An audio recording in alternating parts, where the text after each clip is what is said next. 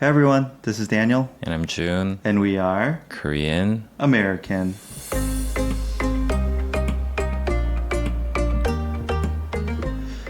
Good morning. Hey Jun, Hey, happy election day. happy election day. I feel so good. Why no work? No work, and we start at 9 a.m. today. Instead of 7:30, Yeah. yeah. I had like plenty of sleep, Mm. good weather. Awesome. I did do my 사전 투표. Civic duty? No, like pre. I don't think this exists in the US, but there are days in which you can vote before the actual day. Oh, Yeah. Yeah. So I already did that. Uh-uh. So I have no duties left. I Today's see. just a holiday. nice. Yeah. It's pretty cool. It seems very quiet outside. Is it? Yeah. The suspense. What does how do the elections unfold in Korea? How do they unfold? Yeah, for example, in America, of course, in America, they have that kind of, I don't want to say stupid, they have the Electoral College. And so it goes kind of by state. And whoever wins the state wins that whole state's Electoral College votes. So it's just very exciting, right? Yeah, They yeah. go county by county, kind of have the current votes, but also the percent having voted. And then, it's very dramatic when one of the newscasters like calls the state for a certain person. It's like, okay, even though only, let's say, 60% of the votes are in, we're confident that, someone's going to win the state, right? It just seems overwhelmingly likely. And then slowly you see the states go blue and red. Yeah. And then you have the counter for like 270, whoever hits that number gets elected. Anyway, it's like very dramatic. Yeah. And it goes late into the night, maybe 1 a.m., 2 a.m. is when it finally gets called. Yeah. If sometimes it doesn't even get called that night, which is very anticlimactic. Anyway, I'm wondering how election night unfolds in Korea. So I think the difference is that the electoral system is different in that we don't have like you said electoral college system where you like win the entire state or whatever. We don't do that. It's just like Oh, it's straight popular vote? Yeah, it's Whoa. a straight popular vote. Yeah. But depending on, so it's simultaneously counting, but there are certain, like sometimes certain areas tend to open later or whatever. So there is that kind of difference, like, oh, there's a flow of the votes from like Seoul all of Yeah. a sudden, or a flow from Busan or something. But it's not like that dramatic in that they're like different states.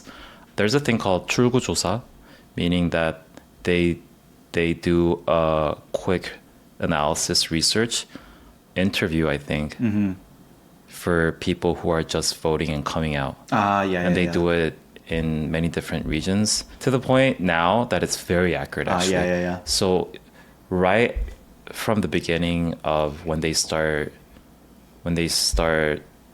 counting the votes, they announced the 출구조사 results, and that's a big deal because they almost get it right. So it's like an exit poll, right? Basically, like, one out of every 10 people leaving this polling location, we'll just ask them who they voted for Yeah. to try to get like an informal number. Yeah, and they're I pretty see. accurate. Yeah. And then the highlight of the election day is that all the media, they try to make it very entertaining for some reason.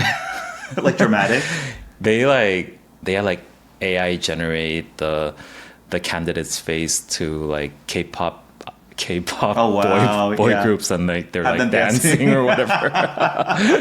And it's Interesting. become a competition. Yeah. So it's becoming like more and more like over the top, like yeah. crazy. Which news channel can have like the funnest Yeah. fake celebration Yeah. involving the new president-elect?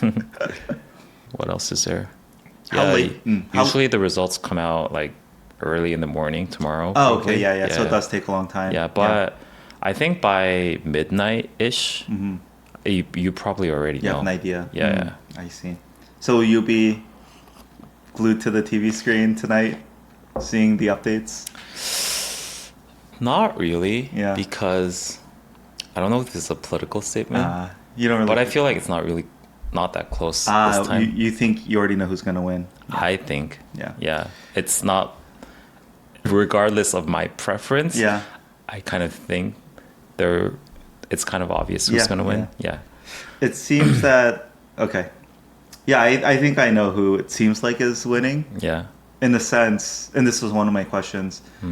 The last president got impeached, right? So it'd be kind of crazy if a person from that same party won. So likely the leading candidate from the opposition party, which I think is called the DP, Democratic Party. Yeah, I don't know what they're English officially names called are. in English. Yeah, Yeah. I think one is the PPP and one is the People's Power Party or something, and then the other is the Democratic Party. Okay. That sounds right. But yeah, one of my questions is, you see all these signs and posters for, I believe, 8 candidates. I was assuming there'd only be 2, maybe a third who's independent. That's usually how it goes in the US in the 2-party system. So why are there 8 candidates still at this stage? I think in the US it works that way too. It's only just because the 2 parties are so dominating. Yeah.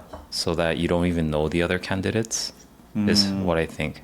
Officially, whoever wants to enter can enter. Oh. Yeah. So there wasn't like a primary, let's say, where people vote on who the PPP and DP are going to put forth as their candidate?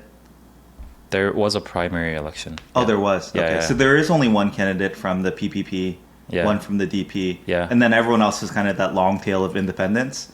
Yeah, or okay, like okay. some smaller party. Got it. Yeah, Oh, yeah. okay, cool. Yeah. The thing about there's like a gateway system where how many money you spend for the campaign. Yeah. If you get, I think, past 10% vote, I think the government gives you half of it.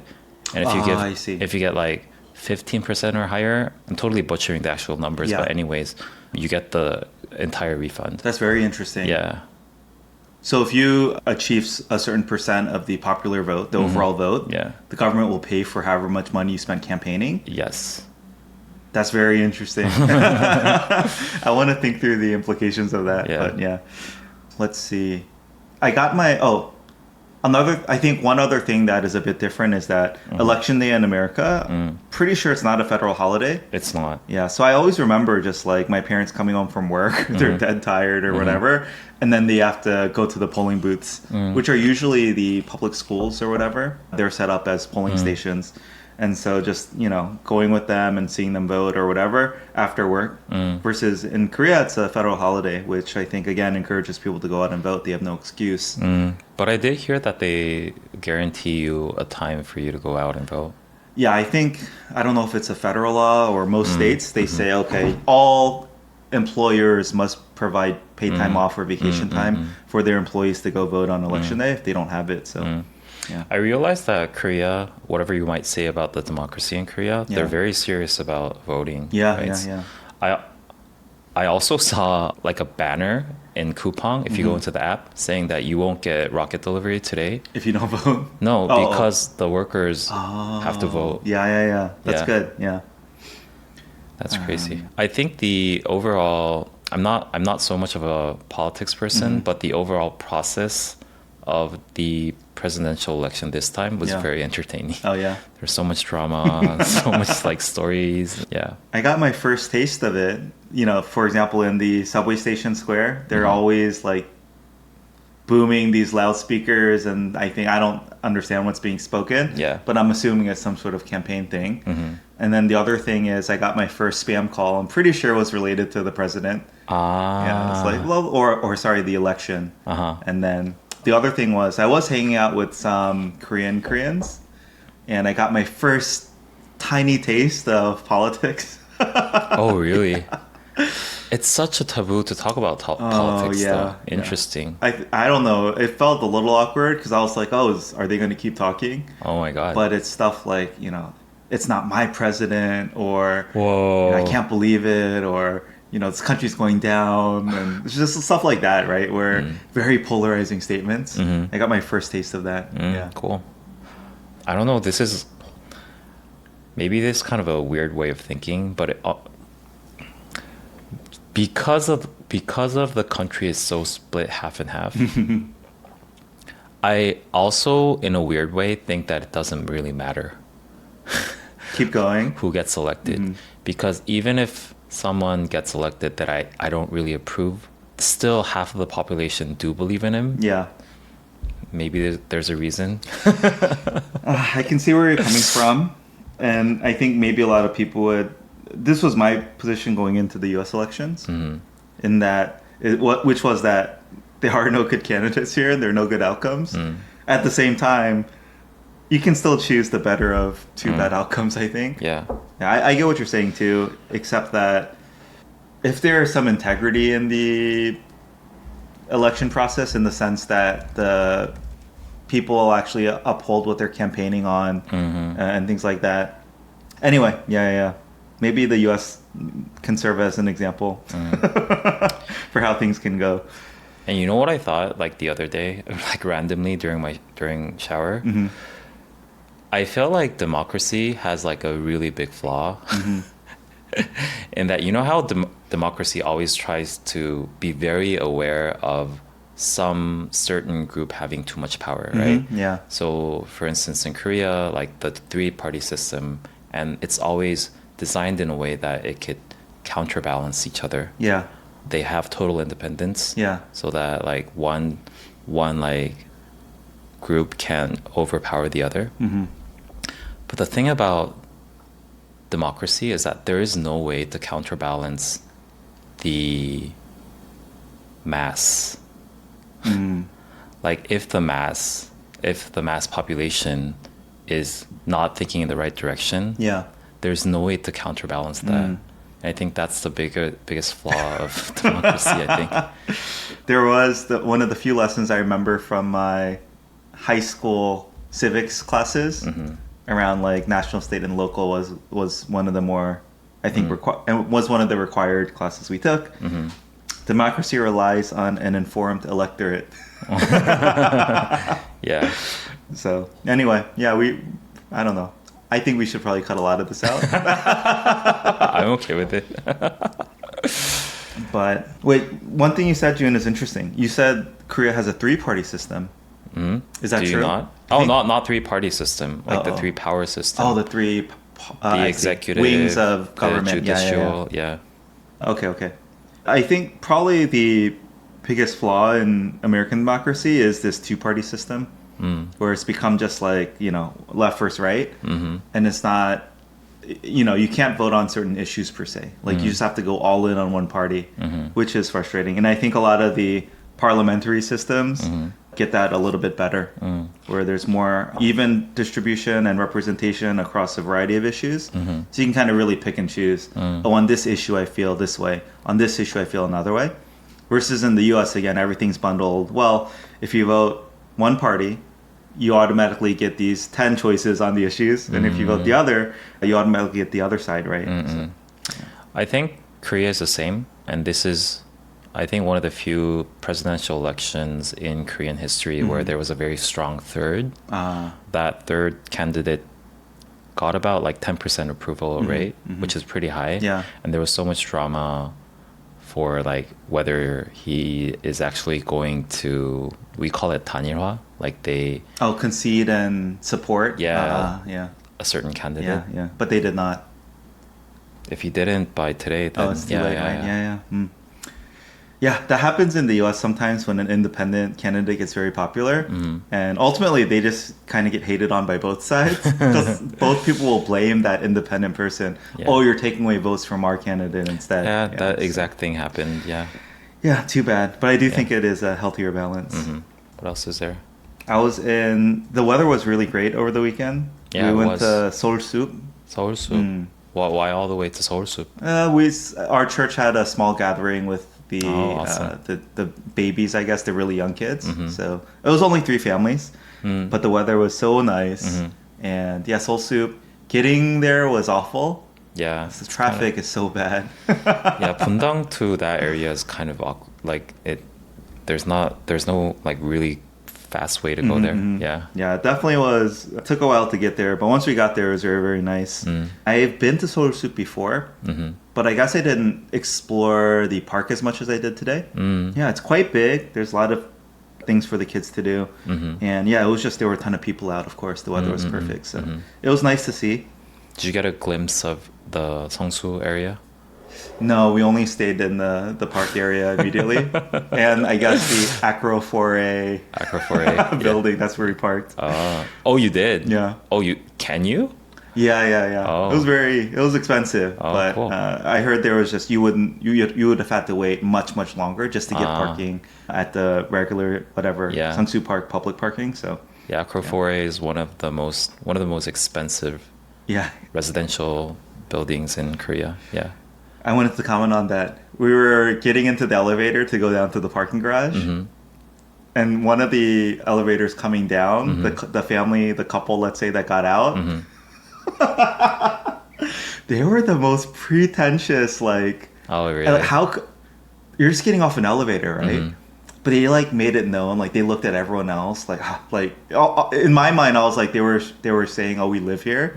You guys are just visiting." It was so obnoxious, just like going out of their way to like give these looks and like you know what I mean, right? Yeah. It's like, come on, like, are you in a drama right now? What's going on? Oof. Yeah, me too. Yeah. But honestly, yeah, we had a great time. It was nice. Cool. I had a concert. Oh yes, how Yeah. did that go? Yeah, sorry I couldn't make it. No, it's okay. Yeah. I only had one guest, which was my brother. Oh, he came.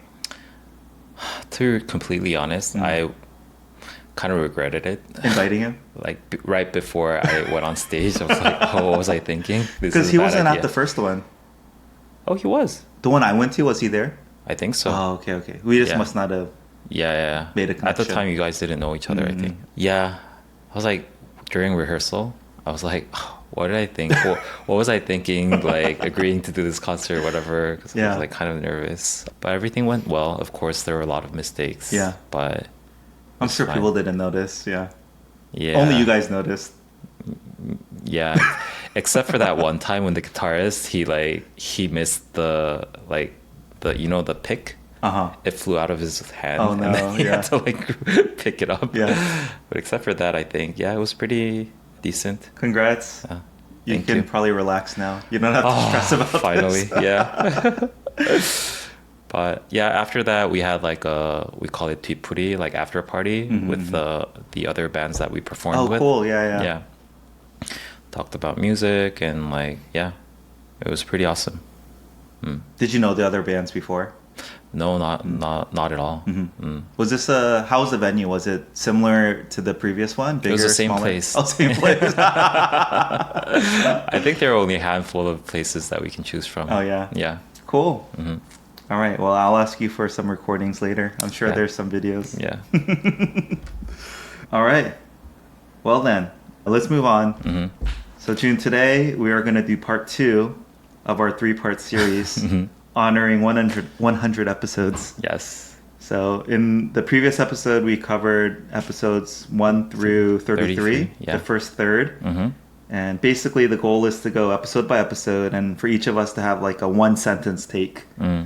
Either a memorable line or whatever we recall from that episode. Yeah, just to commemorate reaching this milestone.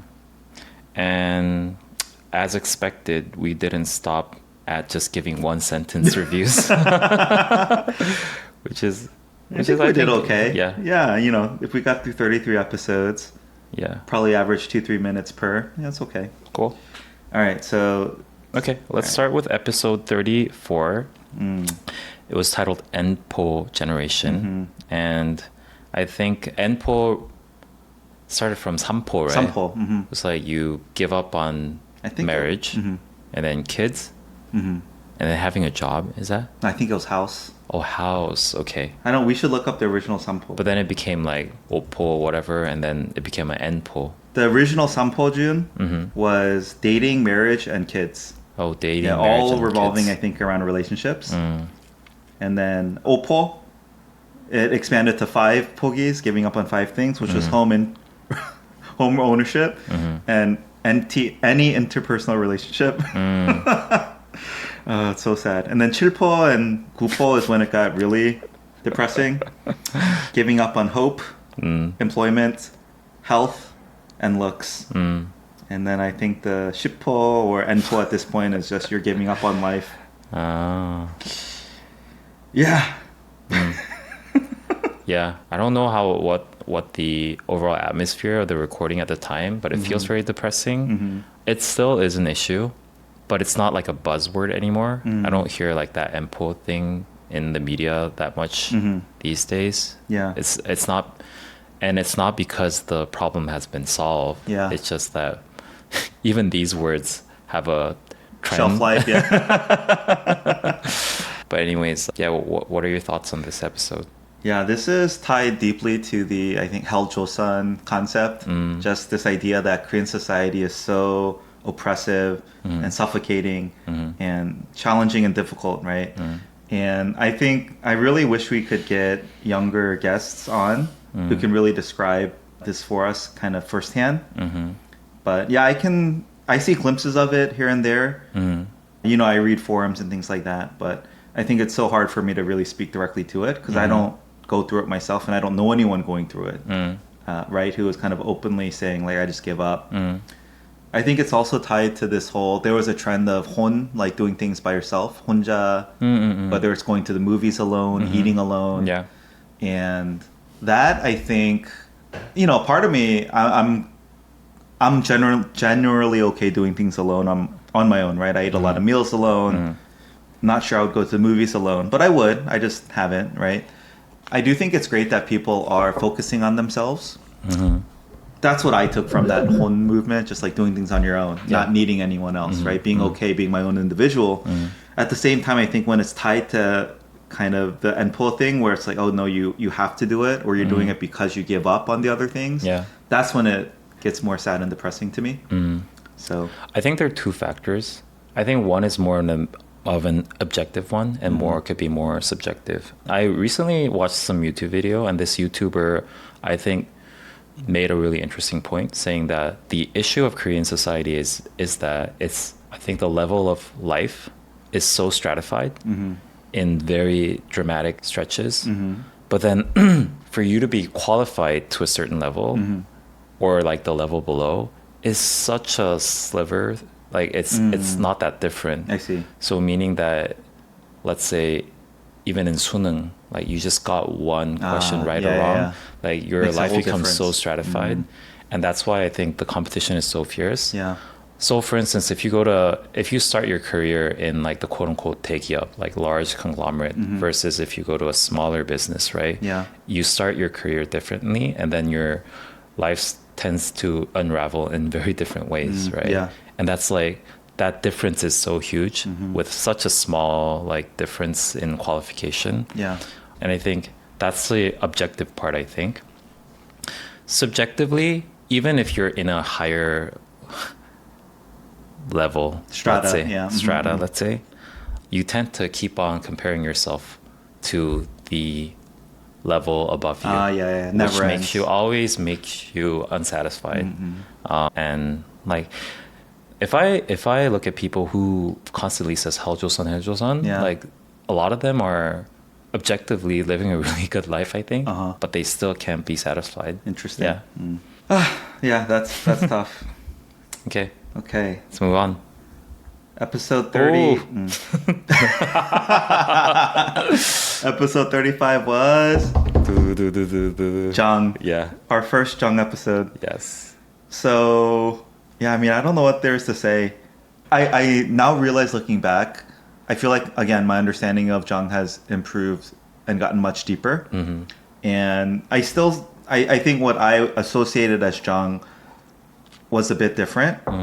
Similar, I think, coming from maybe very similar perspective, which is, you know, as a Korean American immigrant family in the U.S., you have to cling to those that you found some similarity with, right?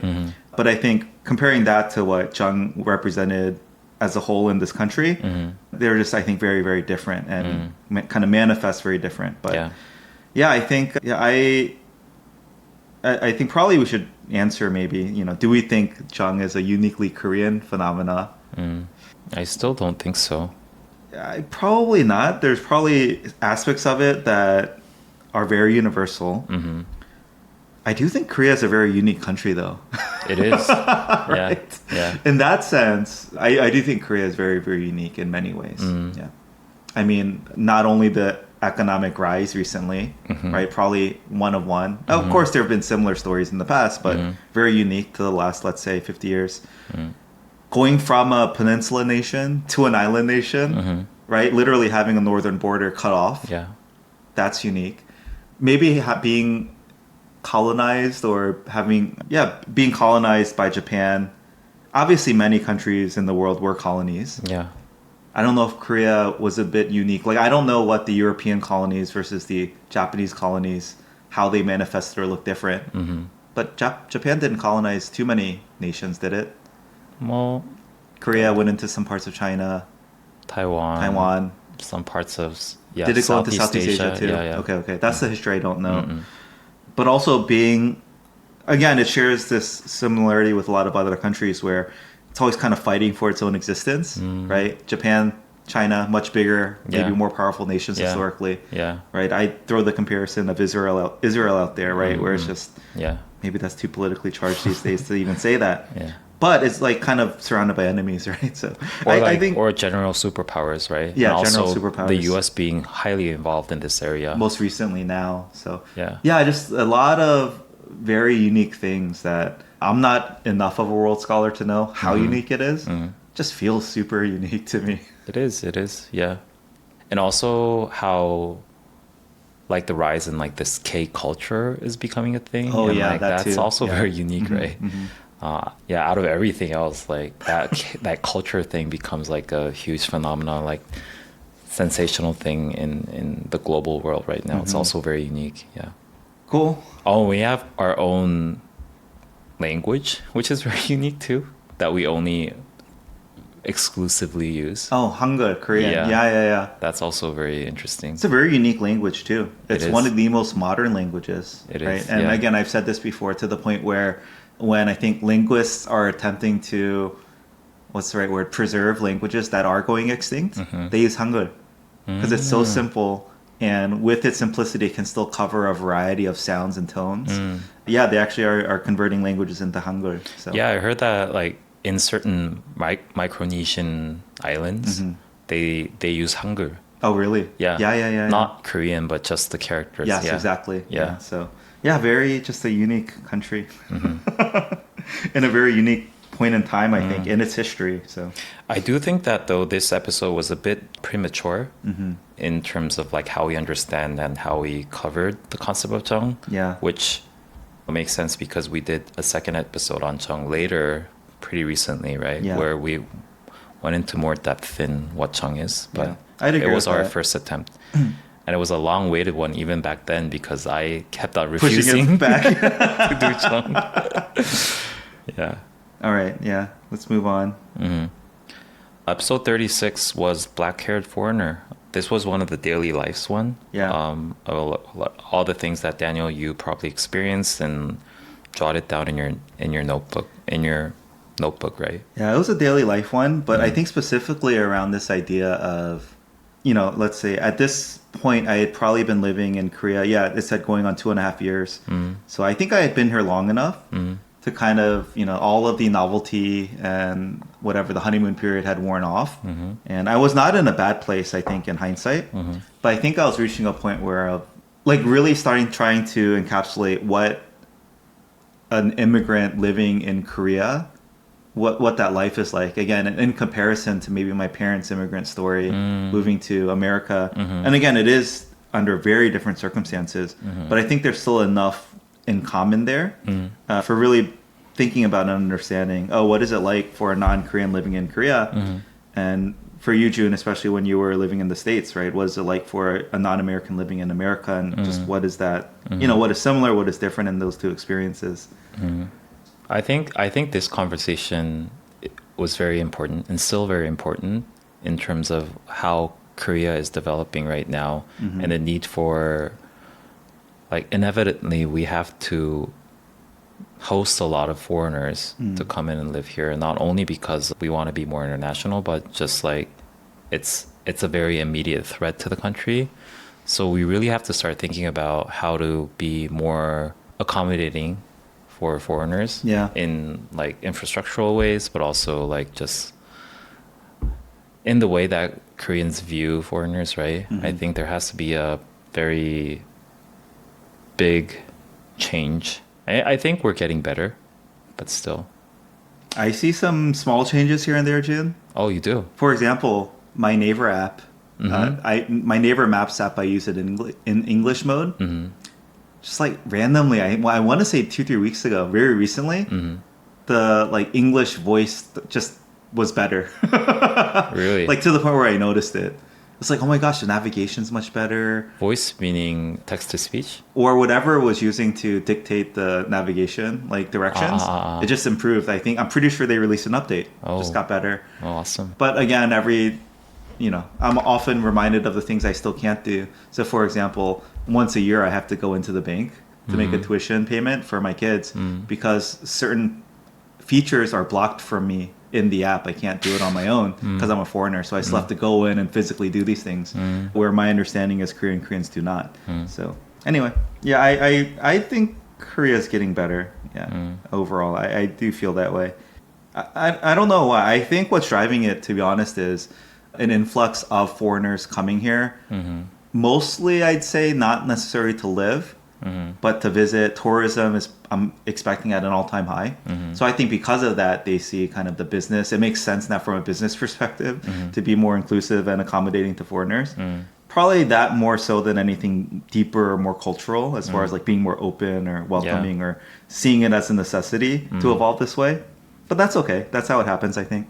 The cultural aspect, I think, is interesting because I feel like Korea is a very high context society. Not only the language, but like overall, right? Yeah. A lot of things are just communicated without words and just like the nunchi and the booty, the 분위기, right? Yeah. And which makes it everything very nuanced. Yeah. And in general, the culture is very hard for foreigners to get used to. And it's interesting. And I say it's interesting. It's because it's so ironic in that, like, that nuanced culture, it cultivates a very unique aspect, right? And therefore, I think that's one of the engines that drive K-culture, which is very unique, right? Yeah. It has its own like world of like K-dramas, K-pop, whatever.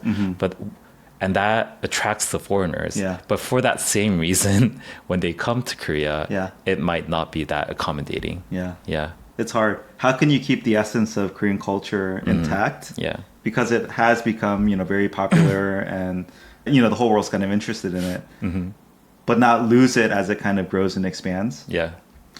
I think like a lot of things, maybe Korea can look at Japan as a model. Because Japanese culture has just become, that's what we should talk about this later. Yeah. Okay. But Japan's also very, in a weird way, not very accommodating to It's not foreigners at all. either. Yeah. But it is also, in a weird way, very international. And it has a lot of staying power, right? Japanese culture has been mainstream, at least in America, for a very long time now. So I think that's where it's like an interesting country to compare itself to. All right, episode 37. How about them apples at night? Yeah. Jun, I think about it now before I eat apples at night. I can't say I stopped eating them, and I will still cut them for my kids. But every time I do, I'm like, should we be eating these? Becoming more Korean. I'm at least thinking about it. No, it doesn't stop us from eating them, though. We eat apples at night many times every week. Do you think it's true, though? Okay, here. I've been waiting for the chance to talk about this. I don't know if now it's appropriate because we're trying to go fast. But June, so I don't think I shared. Did I share this? I wore a continuous glucose monitor for 10 days. You did. Yeah. Did I share that? No, you didn't. I know that you have, but you didn't share the My results. insights. Yeah. Yeah, so I was wearing the continuous glucose monitor for 10 days. There's no prescription or anything here. It's very easy to get. And I was monitoring my blood glucose every day. And in the app, they start giving some recommendations on how to help regulate. Oh, cool. June, there's 2 things. And I was like, oh my God, this is crazy. Don't eat apples at night. No, the first thing is that they say before your carbs, eat your proteins and veggies. Yeah, that's a common thing. Is that a these well-known days. thing? Yeah. These days. I think people are becoming more aware of it. Because of that 혈당 Exactly. spike. Yeah. But June, remember the thing I always complained about? When you eat like galbi or gogi gui, you're supposed to eat the meat first, and then they give you your shiksa later, right? Oh, it's actually your good, noodles or your way rice afterward, right? With your doenjang jjigae or whatever. And it fits perfectly in. It you eat does. you eat your proteins I and never your meats made that connection. and your veggies. Yeah. And then you wait, and then you eat your carbs. Oh, that's cool, actually. I'm not done yet, June. Number 2. The other thing it says is after eating a meal, ideally, if you can walk or exercise, light exercise for 15 to 30 minutes, this is going to keep your blood sugar way down as well. And again, what is a common thing for Koreans to do after a meal? They go for a walk. Or they go for a walk, right? The sancheok. Oh, yeah. At least in my mind, this is like a very typical traditional Korean thing. It is. You eat your meal, then you go for a walk. Yeah. I've never done this in America before, right?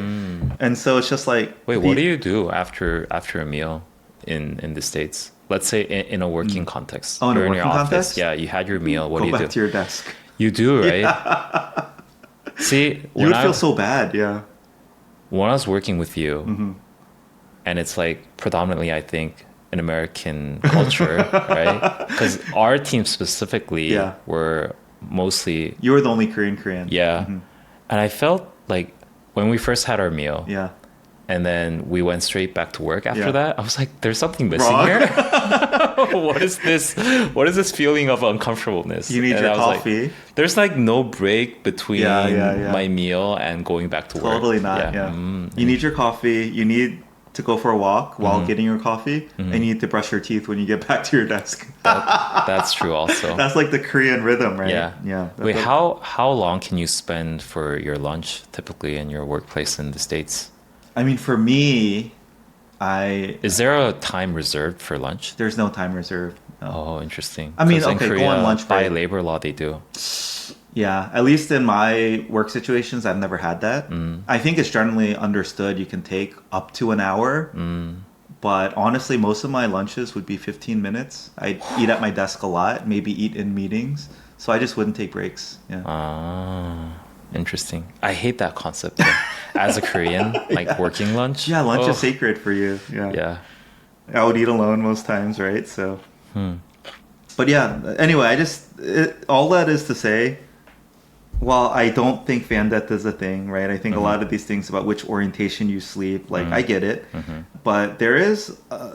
I do think there's something to the thousands of years of tradition, whether it's Hanyak or Eastern medicine, Hanisa, Hanisa, Eastern medicine doctor, or just these like habits that have developed in Korea. Again, whether it's eating miyeokguk after giving birth, miyeok just happens to be super iron dense, which is one of the most important things for a recovering mother, or these things just like eating meats before carbs or going for a walk after a meal. Again, there's probably more to this wisdom, Eastern wisdom than you would originally give credit for. So. Anyway, that was a long way to say that. We have to move fast. I know. But Jun, the one thing I remember from this, though, still, Koreans don't believe in good luck. They're just trying to avoid bad luck. That's true. Yeah, this was like, It's very aligned with the overall psyche. Exactly. Yeah. Try to avoid bad things from happening. Don't try to actively have the good things happen to you. Yeah. Okay, should we move on? Yes. Episode 38 was probably our collectively least favorite one. But we had to do it, I think. We had to do it. Yeah, it was honoring in memory of Akira Toriyama, who at the time has just recently passed away. And Dragon Ball is such a key cultural thing that Koreans, at least in my generation, experienced while growing up. So, and I know that Daniel, your son, was or probably still is very into Dragon Ball. Yeah, he's read them all. So now he's kind of he's reread all of them. I don't know, 10 times each. But he owns all of the manga collections, and he's kind of known at his school as the Dragon Ball guy. Like he distributes the books around to all his friends and keeps track of who has what. Oh, that's but so yeah, cool. I even though this episode again was probably one of our maybe weakest episodes, I'd have to say. Yeah, I'm still very happy we did it just to honor that. Yeah, my son, his love, Akira Toriyama, and also Dragon Ball's place in Korean history. Okay, let's move on. Episode 39, The Cleaning Towel of Italy on Hygiene. I love this title. Yes, this is genius. This is probably out one of my favorite titles. Oh, it is my favorite title. Yeah, I was very proud when I came up with this. And in case listeners still don't know, it's in reference to the Leaning Tower of Pisa, which is in Italy. Yeah, But the cleaning towel of Italy. So oh, that's amazing. I never even knew that it was called the Italy Still towel. gives me chills. So genius. But this episode was a long time coming too, Jun. We really deep dove on the differences in hygiene. And yeah, I think sparked by this idea of like a Korean person I know who's very, very strict on indoor and outdoor clothes and how you should immediately change, not from a comfort perspective, but from a hygiene perspective and just things like that.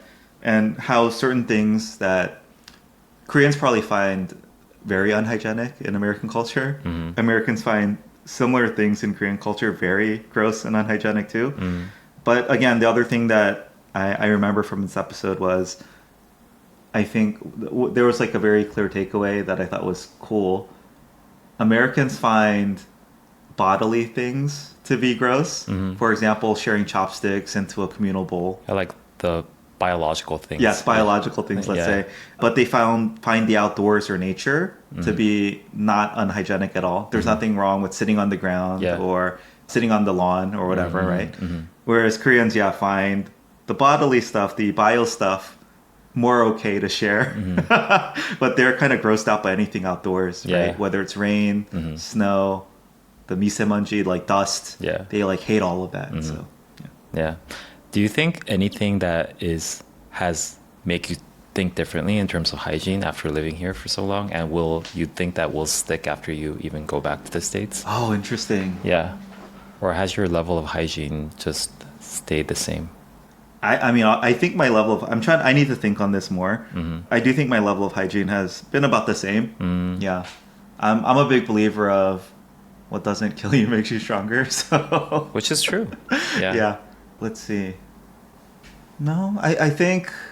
Yeah, nothing. Yeah, I think the issue with that, like people trying to be too hygienic, is that you can see it as a result in rising allergy rates amongst like the younger generation. Yeah, which I think is one of the reasons for that is because you keep them too in like a hygienic, like isolated chamber almost. But when I was growing up, we had no issue with like playing in dirt, like maybe sometimes tasting it a little bit, which I think helped our immune system. Yeah. No, I think if anything, living in Korea maybe has reinforced some of my ideas and things I took for granted maybe are now more intentional. So, yeah. Yeah, sorry. One thing I'll say before moving on, Jun. Oh, can I say one more thing? Okay, yeah. I think Korean people really like to have like the hygienic high ground when you're like talking to someone else. Oh, that's so dirty. Yeah. They're like, I'm more hygienic than you. I think they specifically take pride in that. Yeah, I'd agree with that. I see that. Maybe hygiene is seen as being more sophisticated or superior, right? Being more hygienic. Yeah. There is a proverb, Jun. It goes, cleanliness is next to godliness. And it's the idea that like maintaining a clean, tidy environment is linked to being virtuous or spiritually pure or whatever. So I just think it's the idea of like being very disciplined and, cleaning regularly. It's a good spiritual practice too. But it's a biblical thing. I don't know if it's actually in the Bible, but it is a phrase. They do say it in church, you're saying. No. But it's linked to godliness, right? So in that sense, there is some spiritual or religious connection. I don't know the origins of it. It's just something you hear. Yeah. Okay. If there were to be a God, right, I wouldn't expect the God to be dirty. Anyways. Yeah, what were you going to say? Oh, we don't have to talk about it. No, you had it. Do it. Because I remember I probably did ask you this. Yeah. Do you scrub your legs when you shower? Scrub my legs? Yeah. Not every time. Okay.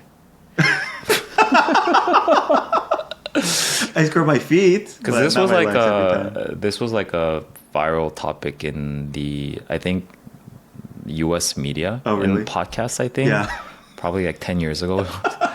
Because like surprisingly, a lot of people don't scrub their legs or actually clean their legs when they're showering. No, you just let that soapy water trickle down. Yeah. And consider that as washing. I guess now I will maybe run over, Mm-hmm. but nothing like I remember growing up the way my dad taught me to shower because we showered together. That's how he taught me, right? Yeah. He would like wring like then like basically get all the dirt off your hands till the point of it be like off your arms, your legs to the point of it being raw, right? Yeah, that's a little bit intense for me. I do that when I feel like I need to be extra clean. But when you're showering regularly, I can't say I do that every single time. Okay. The one thing I wanted to add on here, June, it's just this being in Korea, like learning these small one-off things, like what an Italy towel is. It like builds up, right? And Yeah. you start to notice things you never would have ever noticed before. So I just remember someone introduced themselves as, "Oh, my name is Lee Terry," like E Teddy, and it's because they were born in Italy, and that's Oh, how that's their cool. dad had named them or whatever. And it's like, you know, before I knew this, that would have meant nothing to me. Like, oh, E Teddy, like Italy, like okay, I get it, kind of. But then when they had said it, they were like, oh, you know, like an Italy towel or whatever. And it's just like these things, like starting to understand and pick up the inside jokes, let's say, or the Easter eggs. Yeah. It's very satisfying. It's like I know what that means. Anyway, Do you know like the way that Koreans used to call certain countries? You know why they call it Italy? no. It's because it's based on Chinese characters. They have Italy. You can write it in Chinese characters, so it's the closest that you can pronounce it by using Chinese characters. Oh, I That's see, I why. see. Yeah. So that's its own thing, right? Like, I imagine there would be a Chinese character for Italy based on the meaning of Italy translated into the Chinese character that means the same thing, right? Versus just finding a word that phonetically sounds Yeah. like Italy Yeah. and just combining those characters together. But you're saying there are Chinese characters that phonetically sound like I, te, di, Yeah. and that's how Koreans adopted that translation of Italy. Yeah. Like France is called 불란서. Like old people will call it 불란서. Yeah. Can you make the connection? Took me a while, but okay. 불란서. It's the Yeah. closest they could get to the same phonetic sound as Yeah. France. And you know what? You know how they call California? There's a word for it. No, I don't know. Gaju. I've never heard that Have you before. heard of 남가주? No. Oh, Nam southern means Southern California is 남가주. Okay, okay. Yeah. And that's also from Chinese? Ka is that something that's closer to California, the ka, I think. Really? Yeah, and chu is for state, right? Like chu. Oh, Yeah. so Ga is like Cali State. Yeah. South Cali State. Yeah. Oh, wow. Okay. I've never heard that before. But now I probably heard that before, but I didn't pick up on the reference. Yeah. All right, we got to move much faster. Yes. Episode 40 was, I don't know what was the title for this, but it Dreams was of food courts, kids meals. Yeah, it was our first attempt trying to review some other country other than Korea. Yeah. After your visit to Kyoto, I believe, or Osaka. Kyoto and Osaka, yes. Kyoto and Osaka. Yeah, this wasn't particularly one of my favorites. I remember you didn't like it. Well, from the perspective I remember you said, Yeah. which is very, I don't know what the right word is, but very kind of mature and sophisticated. When you said, oh, neither of us can really represent Japan, so why are we even talking about it? Yeah. I think it's fine. I think taking two different perspectives on a third country is very interesting to me, but It is. I don't oppose the idea of it anymore. For instance, I like the Taiwan episode much better. okay, Yeah. okay. I think you didn't have time to actually really explore Japan because yeah, you were with yeah. your kids. That's true. Yeah. That's true. It was a quick trip. Yeah. I guess I still tell people how amazing the Japanese food courts were and how cheap the kids' meals were. And again, just like what you get for what you pay is incredible. I do think we traveled at like the peak value exchange because our more recent trip to Japan, things did not feel quite as cheap as they did before. So I think this was like peak like cheapness in Japan. I see. But June, I don't know if you've noticed, but you know, the running joke on the podcast was you mentioned Japan almost every episode. Yeah. Which you did. I did. Was it a conscious effort to stop talking about it? Were you like more self-conscious every time you were thinking about mentioning it? Oh, you think that I stopped talking about Japan? You talk about it way less than you did before. I think it's because no, it's not that I consciously am trying not to mention Japan. Yeah. I consciously try not to talk about things that I already talked about. Okay. So you've exhausted all your Japan takes. I think so. You need to travel again to refresh. I do. All right. Moving on, episode 41. This was our first guest interview. It's so surprising. Yeah. Oh, sorry. What, that we waited 41 episodes for having guests? No, it feels like this was like much more earlier than the Dragon Ball episode. Oh, but it yeah, happened yeah. after this. Yeah. Interesting. I agree too. Like in my mind, how did we go 40 episodes without guests? Yeah. But I think that just speaks to like having this, again, this backlog of topics and ideas and thoughts I just wanted to get off my chest. Mm-hmm. But yeah, this was our first interview. We interviewed 2 former coworkers, Mm-hmm. Ray and E. And yeah, I love this episode. Mm-hmm. Not only that, but the buniki, the booty of that night. Mm-hmm. It's like we got some food. You very mindfully and consciously and carefully curated the menu for the night. Yes. And the food was delicious. We had some drinks. Then Yeah. we just did an episode together Mm-hmm. to really kind of commemorate the time we spent as a team. And also those 2 coworkers were leaving to go back to America. So commemorating their time in Korea. So Since you mentioned drinks, one funny thing about this episode is that someone mentioned, "Oh, is Jun drinking milk? How cute is that?" Sorry, that was makgeolli. Oh, it's makgeolli. Okay. So you said that, I was like, wait, why is that cute? Or why is that funny? It was makgeolli. Yeah. Yeah, there's really nothing like that in America, right? Like a milky, cloudy alcohol. There's not. So It's just wine or whiskeys or spirits and I beers. heard that it's in trend. Makgeolli? In the US. I You can could believe actually it. get it in like local supermarkets now. Crazy. Yeah. I could believe it. Korean culture has ascended. And you know what's so surprising? Because the shelf life is so short. I don't know how they export it. Oh, is it? Or they might be actually brewing it Locally. Yeah. I I could love see that. makgeolli. Me too. No, I mean, it's been too long since I've caught up personally with these guests, but I do check in here and there, see their Instagram stories or whatnot, and yeah, hope they're well. Yeah, I'm shocked we took so long to start doing interviews because I think they, make our content much richer and well-rounded. Yeah. Episode 42 was titled Call Me Maybe, and it was around language in particular. 호칭. Oh, 호칭. Oh, the 호칭s, the Yeah. names and like the hierarchies and all that. Yeah. Yeah. Announcer name. 나온서님. Yeah. Any takes on this? I still think like this 호칭 thing is probably one of the biggest obstacles for foreigners learning Korean. Yeah. Right? Isn't that going to be because even Koreans sometimes are very careful in trying to pick how to call someone. And it's very ambiguous and very nuanced and very sophisticated. Yeah, I thought you were going to go further, which is this is one of the biggest barriers to Koreans having like small talk. That also, yeah. Because you can't, you have to be able to introduce yourself somehow. And if you're not going to use your name or ask for their name, how do you even get someone's attention properly, right? Yeah. In a courteous manner. It's not Yeah. easy in Korea. You just kind of generally talk in their direction. That's not wrong, right? Like if you're trying to like get someone's attention, I guess you could say 여기요 or 실례지만 or whatever. But like most of the time, you just talk in the direction and see if they turn around. I have one interesting question to you. Yeah. When your mom calls your dad, and let's say in like a public context, right? You're like in a shopping mall and you want to get their attention. What will your mom call your dad?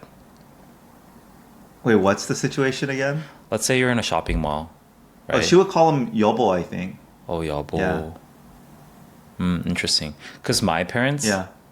they call either my name or my brother's name to call my dad.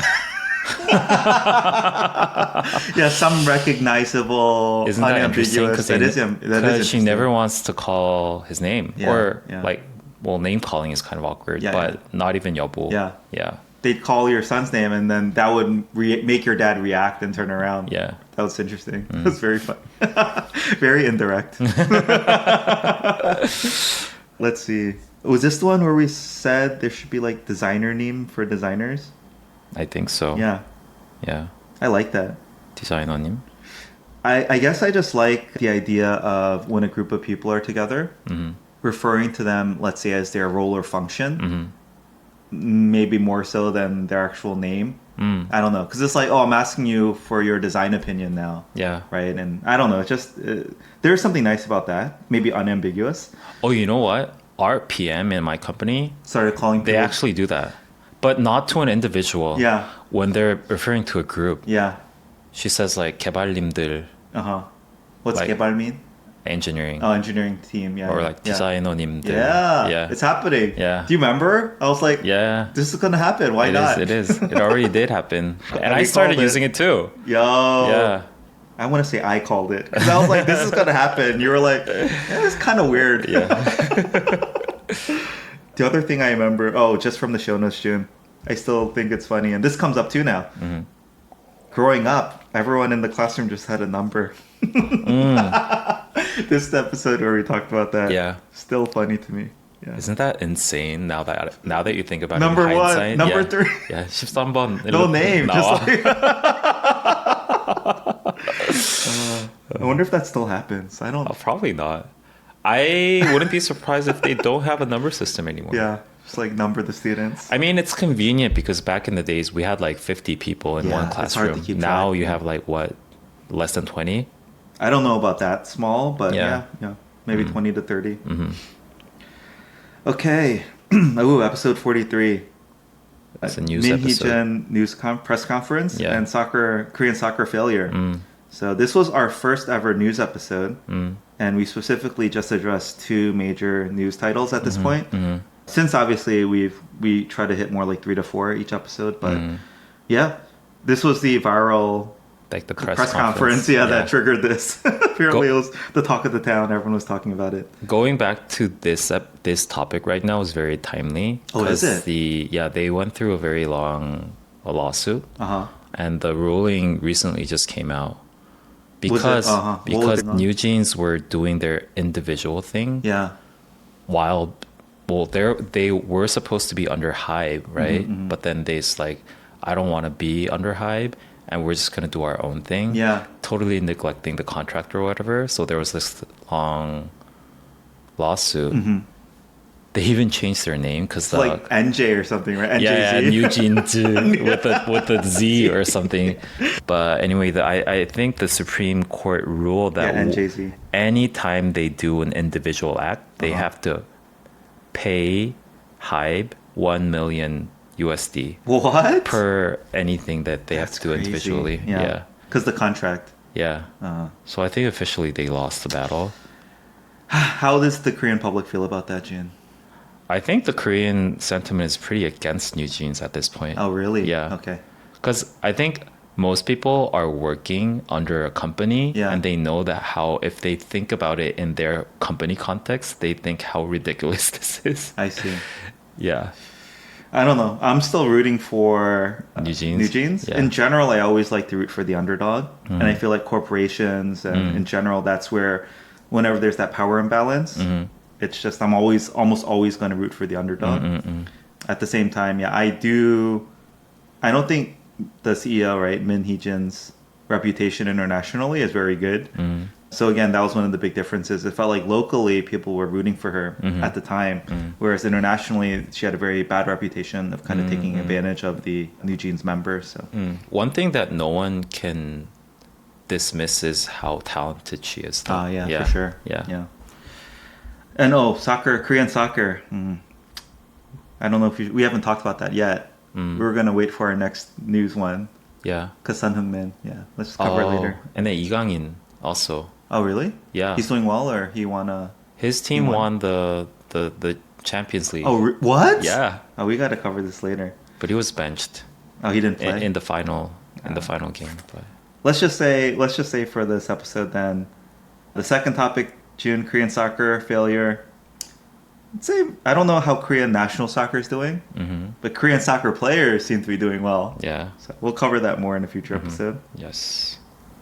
All right, let's move on. Episode 44, Judgments Unclouded. I think this was on the various milestones Yes. in Korean society or Yeah. history that we talked about, like the different like the how you call someone by certain age milestones. It's timely because I recently just became. Do you know what 40 is? No, 마흔, 불혹. 불혹. 불혹. Yeah. Oh. This one's made the title Judgments Unclouded. That's what 불혹 means. Oh, I see. Okay, Yeah. okay. So now you have clear thinking once you're 40. Is that the implication? Yeah. Okay. No, June, I remember this one because I wanted to bring this up because I feel like this is a bit tied to the NPO generation, right? Which you were saying, it's like there's certain moments in life where it's like if you score literally one question different on the Sunyung, Yeah. you might get into a different college. Yeah. But if you like that one small thing determines your whole life, and it's hard to come back from that. Yeah. And again, my father-in-law's analogy, he said driving on Korean highways is just like life in Korea. You miss one exit, you're screwed. Like, you know, in Korea, really, if you miss an exit, it might be a 45-minute detour. Yeah. I'm not kidding. It's the most frustrating thing in the world. And especially compared to highway systems, let's say in the US, that I'm used to, right? And I think the same is true for Korean life, and probably contributes to that feeling of, well, if I miss my exit, my life is hopeless. Like, I might as well give up. Yeah. It's because everyone's driving to the same destination. That's why, right? Yeah. But if you set your destination differently, it might be okay to just go out to a wrong exit. You might meet a very beautiful scenery that you didn't expect to see. Yeah, take the scenic route sometimes. Yeah. Was this filmed right before my 40th birthday? I don't think so. Oh, it was. No. Yeah. It was? That must be what triggered this. Because I'm in the show notes, it says our first piece of swag. Yeah, June, this is this hat. I got this hat on my 40th birthday. Oh, that's true. It was an epic celebration in Vegas, of which I'm still very, very grateful for. And yeah, I'd say now that I'm 41, I do think 40 is a big turning point as far as my mentality goes. Really? I do Are your think so. judgments unclouded? I would say they're just as clouded as ever. What is more unclouded to me is, I think, my comfortableness in I guess in my own skin with my age. Yeah, I don't even want to think or try to be young anymore, if that makes sense. Oh, that's a good thing then. Yeah. Yeah. I would say I'm still just as clueless about my life direction and purpose and things like that. Still very much going through my midlife crisis. But I don't feel as much angst as I do before. Yeah. That's cool. Yeah. So Looking forward to my 40, 40대. yeah. My 40s. I feel like you're still in transition, right? Yeah, I feel like at 40, June, I was still very much in transition. But now that I'm 41, like 40 is so long ago. 39 is even longer. It's like, this is my life now. Yeah. Okay. Episode 45, Korea Visitor Interview number 1. Oh, I don't remember these being so close together. They were 4 episodes apart. But another one of our former coworkers was back in town, and so we interviewed Alex for this episode, who at the time was in Korea celebrating his daughter's first birthday. Yeah, I still see their Instagram updates. Their daughter is growing up very well. And yeah, this was another great interview. Yeah, I just like that we did a lot of interviews. Yeah. I was also one of the first episodes where we had a guest who's an avid listener. Oh, yeah. So that was cool. Would I remember Alex? To me, I still think of a lot of, like, he has some very memorable and funny taglines in my mind. Like when he called Culinary a 맛집, like I just thought that was hilarious. And he was also the one who pointed out a lot of the, I guess, Korean food innovations. Yeah, right, that's where true. they pack in protein into non-protein drinks, or advertise all sorts of drinks as, you know, having 8 grams of protein or whatever, and also like sokumbang and things like that. So. I think his point of views are always very interesting to me because he's very assertive. It's like I'm very confident in saying this. He is 100% certain I am not an INFP. Yeah. But I am. Okay, should we move on? Yes. Episode 46. Oh, this one's about 전세. Wait, what did you 전세? I love this title. It's a good title too. Yeah. I think this made one of the most popular shorts at the time because of the 전세. And everyone in Korea is so sensitive about real estate, right? I'm pretty sure you have your same take on 전세. Because I think even myself, I'm more confident in how ridiculous the 전세 system is after reading all the comments. Yeah, it's more, you said, like a sentimental tie to it. Yeah. It's like it's always been this way, and so they only see the good parts of it. Yeah. But again, getting back to the earlier thing we said, where Korea is unique, it is the only country in the world with this system.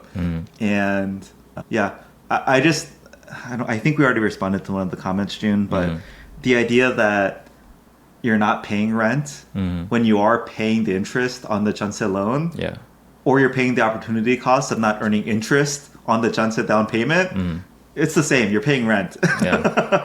And the number is tied to again, it should be tied to the interest rate. And also rent should be set accordingly. So in a sense, in my mind, 전세 and 월세 is not that far apart. I have a question to you. I know that you live as a 전세. I do. Yeah. Why did you choose to do 전세 then? At the time, we thought that was the only, we were told that's just how it's done. And I think maybe my understanding was skewed a bit by the people who had talked to me. Also, though, most of the properties we were looking at, there was still more inventory for 전세. So yeah, we would have been fine with either. I thought it was ridiculous. Like when I first heard about the 전세 system, you want how much upfront? Like it was crazy to me. Yeah. Still is a bit, to be honest. Yeah. And we did all the precautions. We got we paid a lot more money to get the lien and get it notarized and all that stuff. Yeah. So we went extra safe on it. I see. But again, we were just told that was how it worked. And we did see a lot more, we saw a lot more inventory that fit kind of our needs with 전세. I think I've heard that 전세 has become more and more rare these days. It's hard to find 전세. Oh, really? Harder compared to before. Yeah. It still must be 50-50 is what I've heard. Is it? Is it still 50-50 is still surprising to me. Because you thought it would have been much more 전세 than 월세, right? Back in the days, yeah. I've heard it's getting to be about 50-50. That's what I've heard. I think one thing is that it's beneficial to the house owner. Yes, yeah. Oh, that I think, if that was more regulated, the 전세 system would seem kind of fine to me. Instead of banks financing all these things or whatever, it's maybe the landowner. But again, the fact that it is commonly understood and common practice for someone to receive the 전세 and immediately invest that in something else and only pay back the previous 전세 with the new 전세, that is the part that makes me very uncomfortable and feel very nervous about the whole system and how this could very easily collapse if property values I think go down. it'll make more sense if the 전세 to 월세 ratio was a bit more beneficial to the renter. It's the same as bulk buying almost in my sense, right? If you buy things at bulk, you get a discount. I think that's the advantage that we provide to the landowner. I see. Yeah. So it should be less though than that whole year's worth of 월세 rent. Yeah, so the renter should get a discount if anything. That is a side note. I don't know if we ever talked about this, Jun, but even places that advertise as 월세, they want the whole year's 월세 up front. As down payment? They don't say it as a down payment, but they're like, oh, we'll take 월세 at this much per month, but just pay it all up front. Oh, that's so crazy. It's essentially maybe a 반 전세. At that point, you're paying half of what the 전세 is. Anyway. Oh, that's new to me. Yeah, it's silly. It's because I think the landowners want that upfront cash to go do something with it. Interesting. And in that sense, they don't have to pay anything back, right? So it's purely obviously favorable for them. But it's just where it's probably when the housing owners had more leverage, they could do things like this. Yeah. But I think now that it gets harder and harder maybe to fill vacancies, the renters have more leverage. And so they can say, I'm not going to do that. I'm just paying you monthly. Yeah. I had a contract renewal pretty recently, and I wanted to have more 월세 proportion this time, but the owner didn't want Didn't want it? Yeah. Did your 전세 value go up? Yeah. Okay. Yeah. 5%. 5% limit. Yeah. Okay. Episode 47, having a Korean field day Yeah, this was after I went to my 4-year-old's first ever 운동회. It was so endearing. Yeah, sports day, which was so fun. And I think, again, the timing's good because we went to their second annual 운동회 recently. And it was nowhere near as magical. I think that first time was just like, oh my God, this is so cool. The second time was a bit of a drag, I have to say. But yeah, it was good. Cool. I was surprised that there were so many cultural nuances in 운동회, right? It brought a lot of memories back of my 운동회s back in the days. But yeah. Yeah, I'll say two things. One, I still remember, I think, going to the 운동회 made me understand more my Korean American church growing up. I guess the Korean adults, the ministry, whatever, they also did basically the equivalent of the 운동회. I think as like a fellowship or community building event where they were giving out the toilet paper, giving out the dish soap, running relay races, right? And in my mind, I just thought, oh, like this is just something they put together. But now I realize it was just an extension of that sports day 운동회 culture, right? And like it was almost again copied to a T. Yeah. Kind of what had happened. What they would have experienced growing up. So probably I didn't realize it carried more cultural significance for them than in my mind what it did. And then the other thing is this most recent 운동회, one of the moms, one of my third kid's friend's mom, she to me is like, I feel very like an old school Korean mom. And just one example of this is at the 운동회, she brought all this fruit cut up. And in my mind, I'm like, oh, that must have spent so much time. And they only have one daughter, right? So it's not just for their family. Clearly, she brought it to share with everyone. And they brought like the fruit picks and everything just to like share with everybody. And just the image of like 8 of the friends just gathered around all eating the fruit. That's so it was nice. very communal. Yeah, it was very nice. So awesome. Moving on. Episode 48 was another news episode. So it was news on sometime around May last year, so probably exactly 1 year ago. We were talking about still the ongoing legal battle of Jun and Hybe. And then back then there was a Naver being asked by the Japanese government to give up the control of the line. Big news. Yeah. I don't know how this ended. I think it ended up being them not selling their shares to Japan. And then cancel culture because Pishik Dehak just recently got canceled. Yeah. At the time. Yeah. They're making a comeback, I think, a little bit. Oh, did that cancellation like push them down? Yeah. Oh, really? Yeah. Oh, they lost a lot of favor because of that. I think so. At the time, it felt like such a small thing, right? Like they were kind of rude to some country people because they were such like the thing at the time. Yeah. But then it sort of died out a little bit after this. A little wet blanket, just like dampened their rise. I see. Yeah, recapping the news ones, I think it's just like, are there any updates? Maybe. Pishikdag has made a comeback. Naver didn't sell their shares. The hype stuff, obviously. Minijin lost. Covered, we compared it to the Naver, Korea versus Japan control ownership of Naver. The TikTok. To TikTok. Yeah. And as far as I know, TikTok was banned for like a day or something.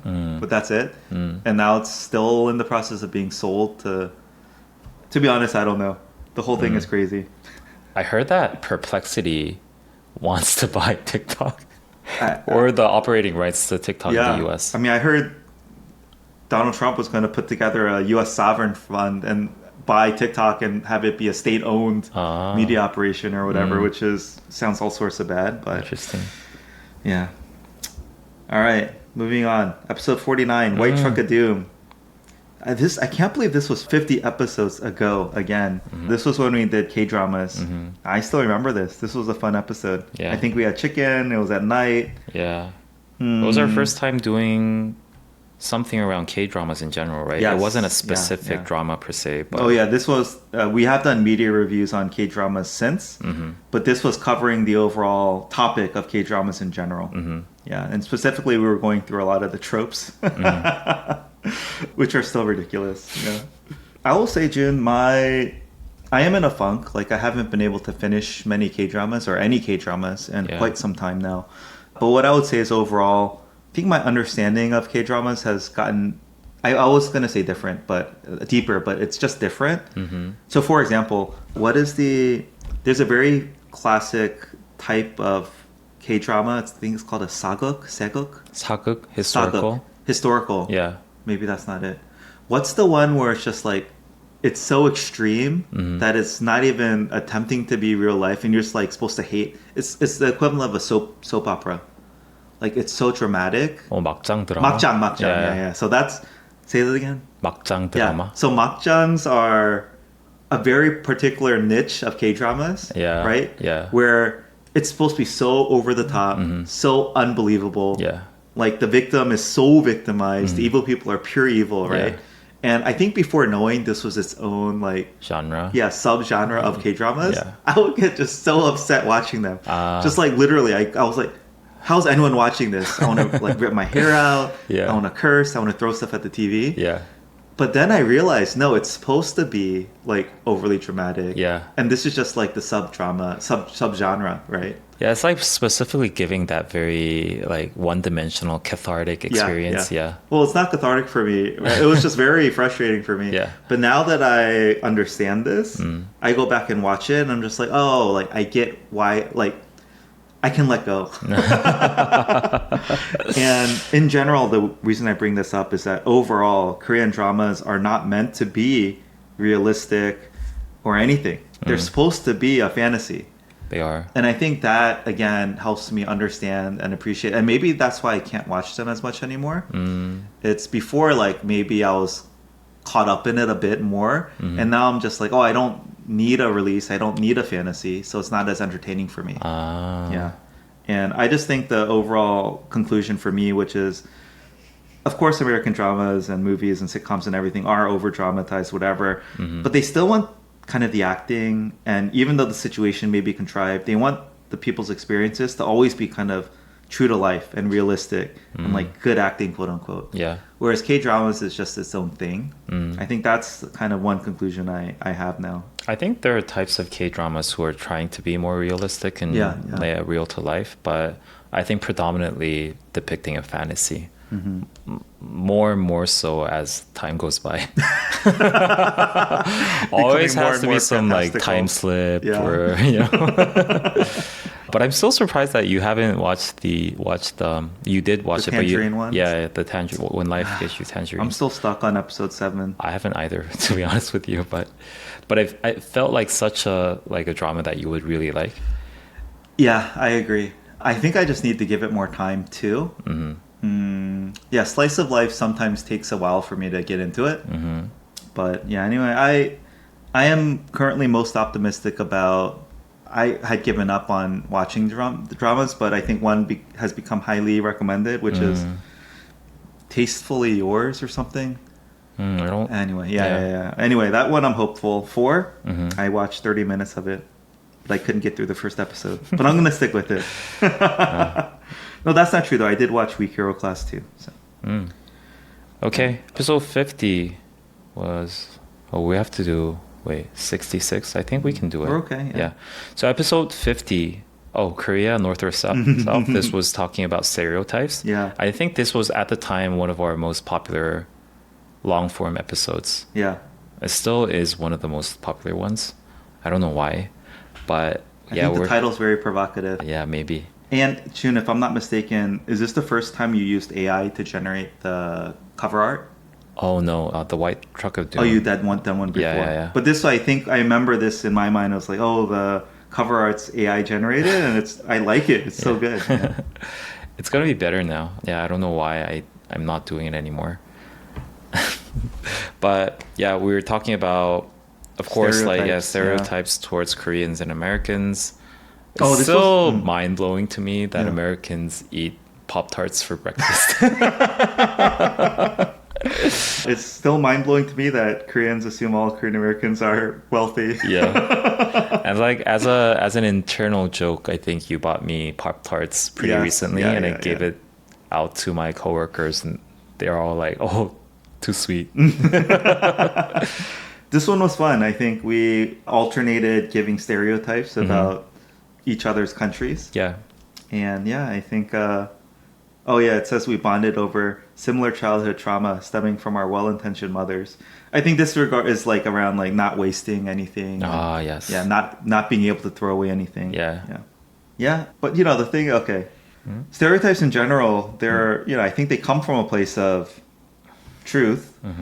But again, the danger is in extrapolating and also assuming everyone fits that, right? But yeah, I mean, Koreans are good at math, especially compared to Americans. Oh, are they? They are. They always rank pretty highly on the nationwide math like surveys or. After hearing that one of the chess masters in the States are Korean Americans, two of the best junior players are Korean Americans. Yeah. And for some reason, being good at chess is somewhat, in my mind, related to mathematical thinking. And if that's true, like, is this a genetic thing or is this like a cultural thing, right? Interesting. Yeah. I think whether it is the culture or not, doesn't matter that much, right? Because, let's say in South America, everyone grows up playing soccer and that's why everyone's good at soccer. Yeah. It's a part of it, right? Or why are Koreans all good at StarCraft? It's because they all grow up playing. Why are 99.9% of Korean men good at StarCraft? They grow up playing it, right? Yeah. And the culture develops and they learn from each other. So, yeah. Cool. Okay, episode 51, Lovely Runner. It was one of our, was it our first media? I think it was our first. Wait, was this? Did we do Gyeongsang Creature before No, this this or was our after first this? one. This was our first one. Oh. Okay, yeah, okay. So episode 51, Lovely Runner, episode 1. This was our first ever media review. So on the back of actually covering K-dramas overall as a topic, we dove into one of the K-dramas that was just making huge waves internationally, as well as domestically too, which was Lovely Runner. And this is what launched the male actors like meteoric rise. I don't know his name. Byung-Usuk? Byung-Usuk. I still don't get it. Sorry. Whoa, Jun, you're gonna get a lot of hate for that.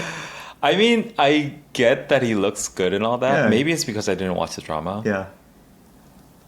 But I don't know. He just looks the same as anyone else. It was his role in the drama, June, that took off. Yeah. So did he have any significant acting roles after this? I'm not sure. Yeah. But he's like immediately A-list, right? He's still everywhere. Yeah. I think his face is on all sorts of advertisements and whatever. And when our Honey Jam guest came on, like they had devoted many episodes to talking about this drama. And anyway, I think this was a very important and big drama. I mean, this drama reached like crazy levels of popularity overseas too. And so I will say in hindsight again, it kind of, I don't know why I definitely had to power through the last few episodes. But yeah, I enjoyed it. Yeah. I don't know what more there is to say about this. This was very much, anyway. Female fantasy. Like the male lead, that guy, Byung-Usuk, yeah. he has like zero flaws. Again, he would be criticized by any film critic or whatever by saying like there's nothing interesting about him. He's literally just the perfect man. Yeah. But I think that's what women want. So. Okay. Episode 52. Oh, this was our 1 year reflection episode. We probably don't have to do a reflection of a reflection. I think going back to 1 year though, would you have thought did we get big at this point? We got big at like April-ish. So right around here. Yeah. The only reflection I'll make on this one is that if I'm not mistaken, like we had grown at this point. Like we had a few months of good growth, but we still had not like peaked, let's say. And so, I just remember feeling like unbridled excitement and optimism about the podcast and the year ahead at this point. Yeah. Oh, you know what? I think we talked about this is probably not directly related to the reflections, but I think looking at the title candidates here, I think you talked about in the opening how you had an issue with Korean pavements. Oh, the pavers? Yeah. Yeah. And That's I the kind of daily get life it thing. now because I like almost tripped several times while I was trying to like do a 산책. Yeah. Yeah, it's very interesting. I don't know why. It's because all the roots coming from the side, the like the trees Yeah. that like makes the pavements kind of bumpy. It's something you maybe never would have thought about I would have never. because it's just daily, like you just grow up with pavers everywhere. Yeah. Versus flat, smooth concrete. Okay, episode 53, Han. Han. So again, probably the second big, meaty Korean cultural concept we tried to take on was Han, following on the back of Jung. This, I think, I remember your very classic line. It's the sediment The sediment. that's settled. I particularly appreciate this episode because along with Chung, this was one of the topics that I really didn't want to cover because at the time I thought it was kind of BS and like one Yeah. of those concepts that Korean people tend to think that it's very unique, but it's actually not. But then actually, because we agreed to do this episode and I did some research on it, I truly got to understand the concept a lot more deeper and I got to appreciate this concept much more. Yeah. So yeah, I liked it. Did you watch 서편제? No, I haven't watched that yet. It's still open on my YouTube. I literally have had a tab open for a year, but I have not watched it yet. There's like just interstitial. It says you must be 19 or older, and you have to confirm your age with the cell phone number. Just kind of 기차나, right? To add that to my YouTube. Yeah. So, all right, moving on. Episode 54. This was our first attempt to do a read and response for our comments. Yeah. And it's because I think we recently gained popularity at the time and we were starting to get a lot of comments on specifically for our shorts. And we made the decision that we were not going to try to respond to every single comment, even though that was very tempting. Yeah. There was just simply too much. And also, I think you took a more philosophical approach, which is like if we interject, it might shut down the conversation, but Yeah. you just wanted to keep it going like a social experiment, Yeah. which you love. One reflection I have is obviously since then we've stopped producing shorts and we've restricted comments severely. And now we only get them through, let's say, YouTube primarily. But we also get readers, emails, and things like that. I don't know. How do you feel about that? Oh, having discontinued shorts? And not having as much of the comments, let's say, from people who don't listen to the long form. My first reaction is that the relief that I get from not having to produce shorts every day Yeah. at the time. There was this one time, I just remember this one day when I went out drinking with my friends. Yeah. And I was coming back at 4 a.m. And in the cab, I was editing shorts. My friend was like, you must be crazy. Yeah. Because that's like, I really don't like to like skip something spontaneously like that. Yeah. It was really exciting at the Yeah. time, don't get me wrong, to get all the comments, like whether it's good or bad. Like it was really interesting to have engagement with the public like that. I don't know, sometimes like for instance last time when you were talking about your frustrations with like trying to log into like certain things and I really wanted to like that was a moment when I thought like we should make this into a reels because it's like it's something very one of the things that is very important but Korean people don't really think about. But then it's so 귀찮아. Yeah. I already like adjusted to this mode where I don't produce shorts anymore. Yeah. But I think when we want to, I think we can resume. Yeah. I am in a much better place without all the comments and the hate and things like that. So I think, yeah, I'm very happy we discontinued the shorts from that perspective. Yeah.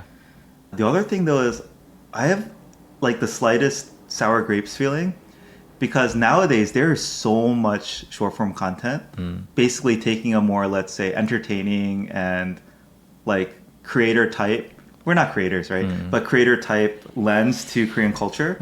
There's infinite topics now or creators doing that, right? And I do feel like we were kind of original, like one of the earlier ones, right? At least for me. Yeah. That's what I feel like. Yeah, we were. And it's a bit sad in that, oh, now we don't do it anymore, but everyone else is doing this content.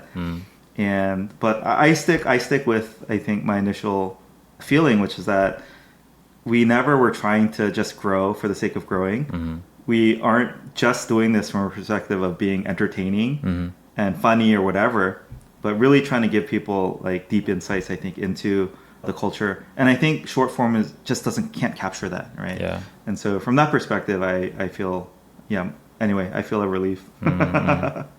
Even if we do resume, I think we have a bit of a unique position in that, like, this format of having a conversation as like kind of like an interview. I think I don't see that a lot. That's true. Even now. Yeah. There's a reason why. We got to be like upfront with the visuals. But there is a niche and market, I think. Niche market. Okay, episode 55, Esports and Gaming. And this was a guest episode, but we did not, it was not an iagi format where we were not just talking about them and doing an interview in that sense. We were bringing kind of a domain expert on and talking about that topic primarily, which was esports and gaming. Yeah. And so while, again, it was awesome to have Wiz on, and that guy, still a legend in my mind. Yeah, we got to talk about all things esports and gaming. Yeah, it was my friend Wiz. He's doing really well actually these days. Oh, nice. He's opening up like it's like a online class platform. And I think he recently published a book. Wow. Yeah. Oh, we should pub his book. Yeah, publicize. Yeah, I think he's one of the friends that always fascinates me. Like, he has a lot of passion, and he's also very interesting because he's like one of those Korean people who didn't follow the route. Yeah. He didn't go to college. Maybe he dropped out of high school. I'm not really sure. Yeah. And then he went into esports, and now like he retired in a very early age and doing like his own hustle. Yeah. At one point, he wanted to make his own board game, which I think he did. He did. Oh, wow. Yeah, he did list it on Amazon. Yeah. A man of many interests and talents. Yeah. And I really appreciate his point of view in terms of viewing gaming. He says like there's a universal rule that can be applied to all gaming, which I think was very fascinating to me. What was that rule? Do you remember? It's not like one sentence, okay. he has like he had this. He talked about 3 swamps that gamers can fall into. I wish I was more into sports, the esports. Esports, yeah. To get into more depth in discussing things, but I think I tried my best. Yeah, I am an anomaly in not playing any games. Wait, I need to look this up. No, June, I've been in a slump. Maybe this is what 40 is, just so consumed with child rearing and whatever, but I have not been playing any games either. I'm definitely in a slump. I have some dumb mobile games that basically time sinks when I'm on the toilet. But all my friends are, not all my friends, a lot of my friends are playing this game called Clara Obscure, or Clara Obscura, I'm not sure. Clara Obscure. I wonder if it's popular in... Yeah, Clara Obscure Expedition 33. I wonder if it's popular in Korea yet. What's the genre? RPG? I wouldn't know even if it did. Okay. Yeah, so I don't have a gaming laptop at this moment. But once I get my gaming laptop, I think I will try playing still this. Haven't gotten your gaming laptop? Dude, I need an AI that can just order it for me. It's so annoying. Okay, let's move on. Oh, this one. Oh, episode 56, Keeping Up with the Kimses. This is another guest episode, which was one of our favorites. And I believe our most watched episode still. Is it? Let me hold on. I'm pretty sure. Let me double check that. Yes, June. This is still to date our most listened to podcast episode. Really? Yeah. Oh, over 11,700 listens. Oh, this is what got us to number 1 in the Korean podcast Oh, is chart. that it? Yeah, that's right. Yeah. This is also when we peaked. By the way, side note, June, we are at an all-time high still for listens, overall downloads in the last 30 days. Hey. And we peaked back in the top 10 for, on Podbang or whatever, Podbang, for top podcasts in Korea. Podtail, I think. pod something. Yeah. Yeah. So we still go to the top 10 here and there. Not consistently and not at number one. Interesting. You know what though? It's because I think we're not on Patbang. I think that's the most popular platform. We're not on it. That's not that Podtail doesn't count. Are we really not on it? No, I think they have their own whatever. We should get on it, maybe. Yeah. But anyway, yeah. So, yeah, this was with Jung and Grace, one of my college friends and his wife. Mm-hmm. Jun, I want to have them back on at some point. I think there was still so Definitely. much we could talk about parenting-wise. Yeah. And the thing with parenting, Jun, is that the kids are constantly getting older and we're constantly learning stuff about parenting. And so I think there's still, again, there's always going to be stuff to talk about with regard to that. I just remember that we had to cut it because of some reason. And if we didn't have that time limit, we could have gone on for much more. Yeah. A couple more hours, maybe even. We also had technical failures so that we couldn't cut shorts for some of the more meaningful things, I think. We lost video so for. 아까워. But yeah, I think what really stuck with me is that I remember Grace was sharing a story about a dad that she was talking to in Korea and how that dad basically felt like he could do nothing for his kids. He didn't have money. He didn't have, let's say, prestige or position of respect. And just, how wrong that is because what he was giving their kid was love and affection and attention. And, what more could you ask for from a parent? But those things are just not as valued, let's say, in Korean society, especially from fathers. I just remember feeling, because I'm not a parent myself, but it was very fascinating to listen about parenting and everything. And I specifically still remember feeling that, their kids must be so lucky to have parents like you, which I feel about you as well. But No, Jung and Grace are great parents. I can attest to that. Yeah.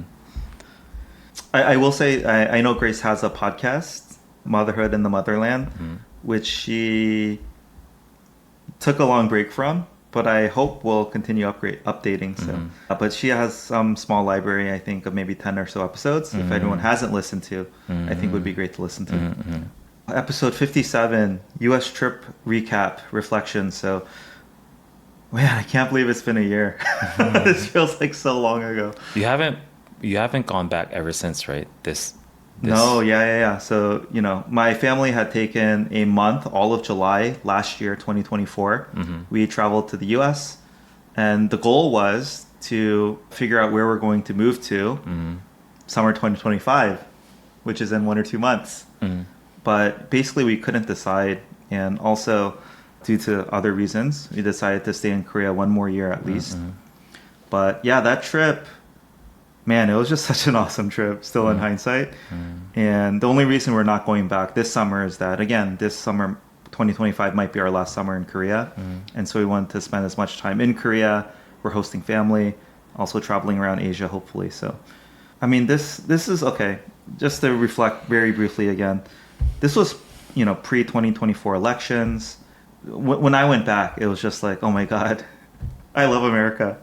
And of course, it was not like what everyday life would have been like. We were on vacation, we were visiting, spending a week here, a week there, being with family and friends and things like that. We, reconnecting with friends we hadn't seen for 2-3 years. So obviously this is not a reflection of what moving back would have been like. At the same time, this month, I still remember almost every day of it. It was such a great time and so many good memories. And yeah, as amazing as Korea is, I think, it's hard to beat having friends and family and just all that history and just comfort and familiarity, I think, of being back home. It's hard to beat that. So, yeah. Do you have any immediate plans to visit before you? No, we don't have any plans at this point to travel back. Yeah. I might be traveling to LA on December. Did I tell you? For vacation and visiting family, or? I just had to use up my mileage, which was expiring, and that was the only ticket available. But I'm excited. It's been over 10 years since I visited LA. Oh, wow. Yeah. That's shocking, because you go to the US semi-frequently, but most of the time it's like in the Bay Area. Yeah. LA, I'm just surprised you didn't extend it like 2 days and go down, 'I don't know. It's kind of taboo.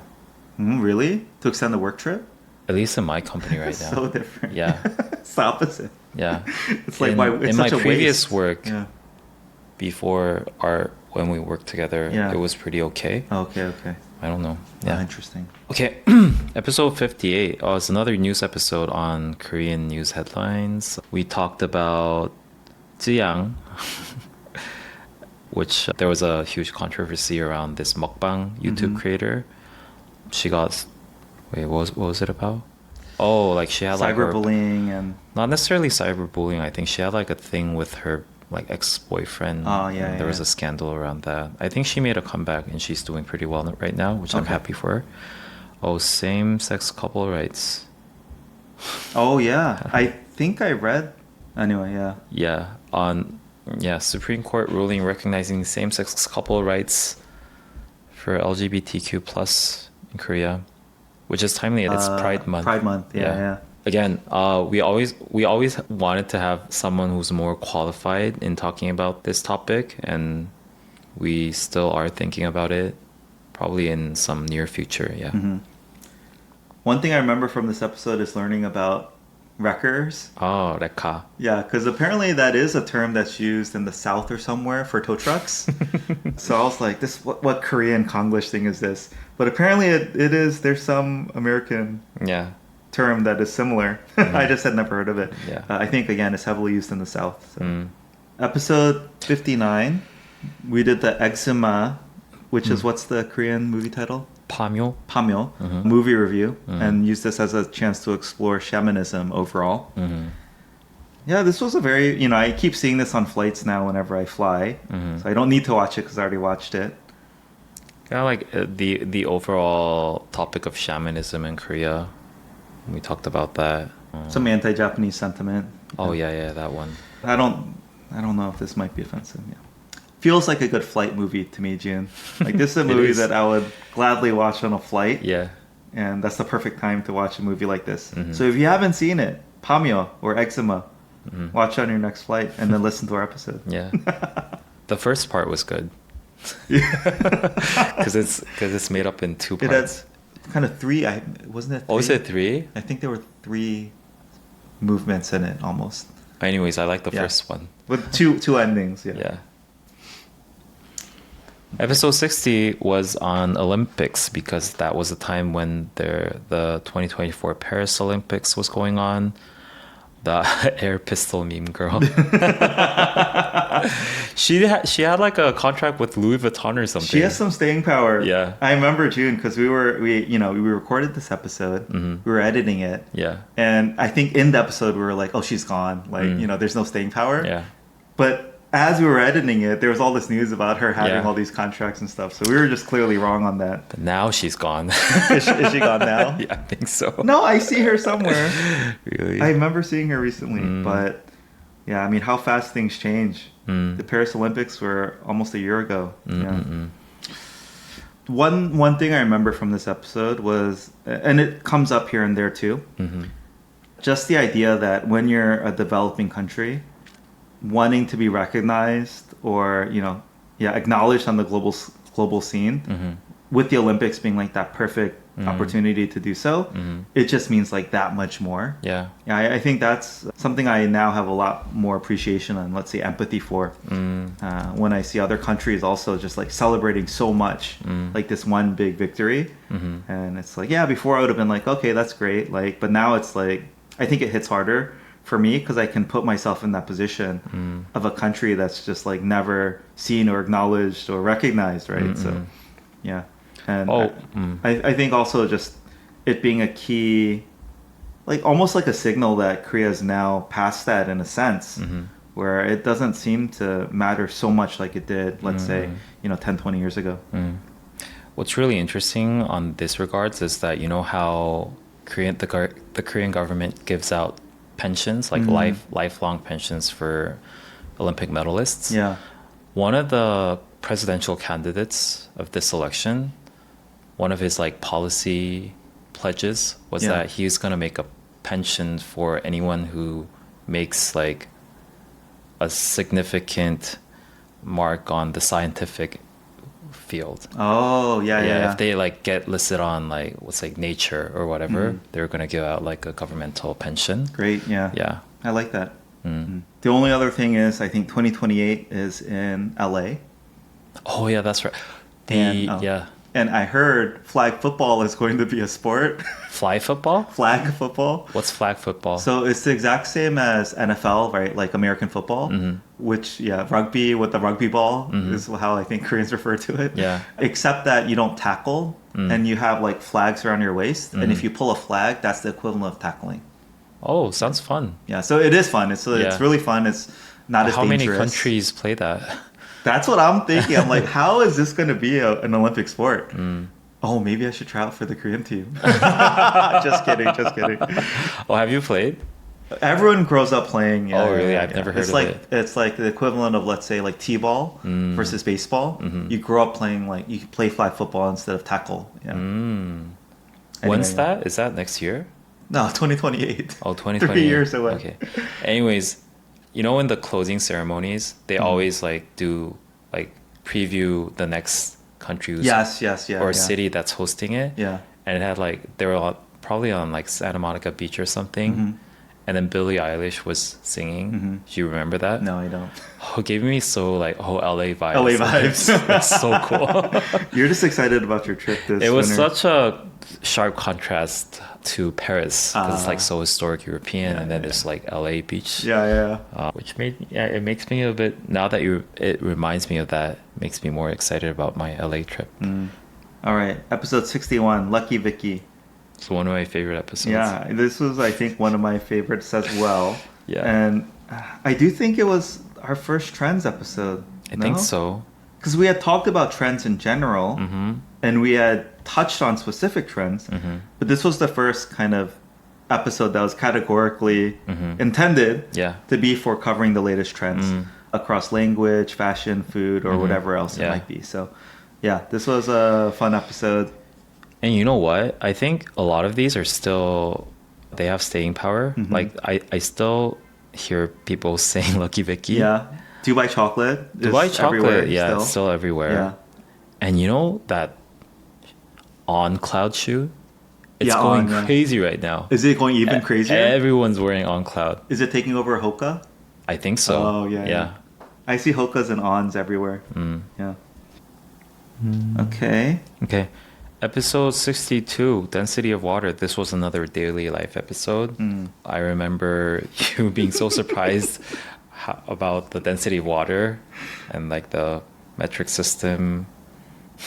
Okay, I wasn't surprised by the density of water, Jun, but it was just such a novelty to me. Yeah. It's like one day I'm like, you know what? My water dispenser dispenses in milliliters. I'm going to pour out a liter of water. I'm going to drink it and weigh myself before and after. And sure enough, my weight went up by 1 kilogram. Which is still kind of silly to me. Really? Yeah. Anyway, these are the things that, again, growing up in the imperial system, you can't do these kinds of experiments. It just doesn't make sense. I don't know. Maybe it's so obvious to you, but to me, it was such a novelty. Oh, you also talked about your encounter with Halmini. Oh, this was my Halmini episode. Did you meet her ever since? No, I'm glad. Sorry, after the episode, yes, I had run into her a few more times. Oh, now I'm really sad. What if... Was she that old? I mean, at that age, you don't know. She wasn't that old. I would have put her at late 60s. But anyway, I have not seen her for at least half a year. Probably going on the field. Maybe moved. Yeah, anyway, sorry. Yeah. What else? What other daily life things? The metric system. You talked about the air conditioner system. This was the most humiliating. What is it? Inbota? Inbota. Still trauma over Inbota.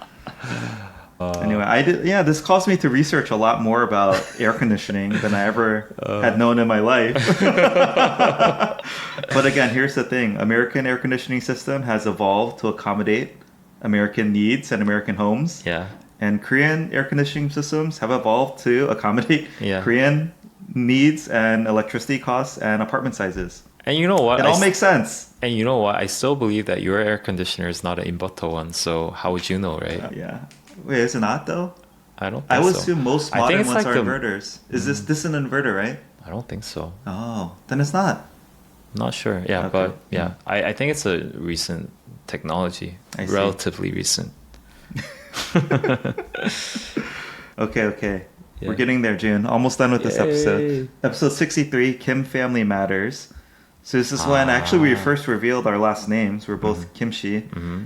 And yeah, just going into the whole name history, name origin. Mm-hmm. Why are they only Kim, Lee, and Parks? What is the Jokpo? Why do modern Koreans not care about it? And Korean Americans treasure it so dearly and closely. If I remember correctly, this is our first episode that we decided to choose a topic based on a request from one I of do our believe listeners. you're right. Yeah. This was prompted by one of our listener requests as well. And yeah, I am related to Kim Jung-un.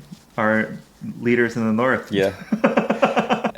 I'm glad that we covered this episode also because this was brought up again in our recent episode. Yes, yeah, on the match review about like the Chokbo and like how he was like using 반말, like the little child was using 반말 to an adult and the adult was using 존댓말 the other way around. Episode 64, small talk.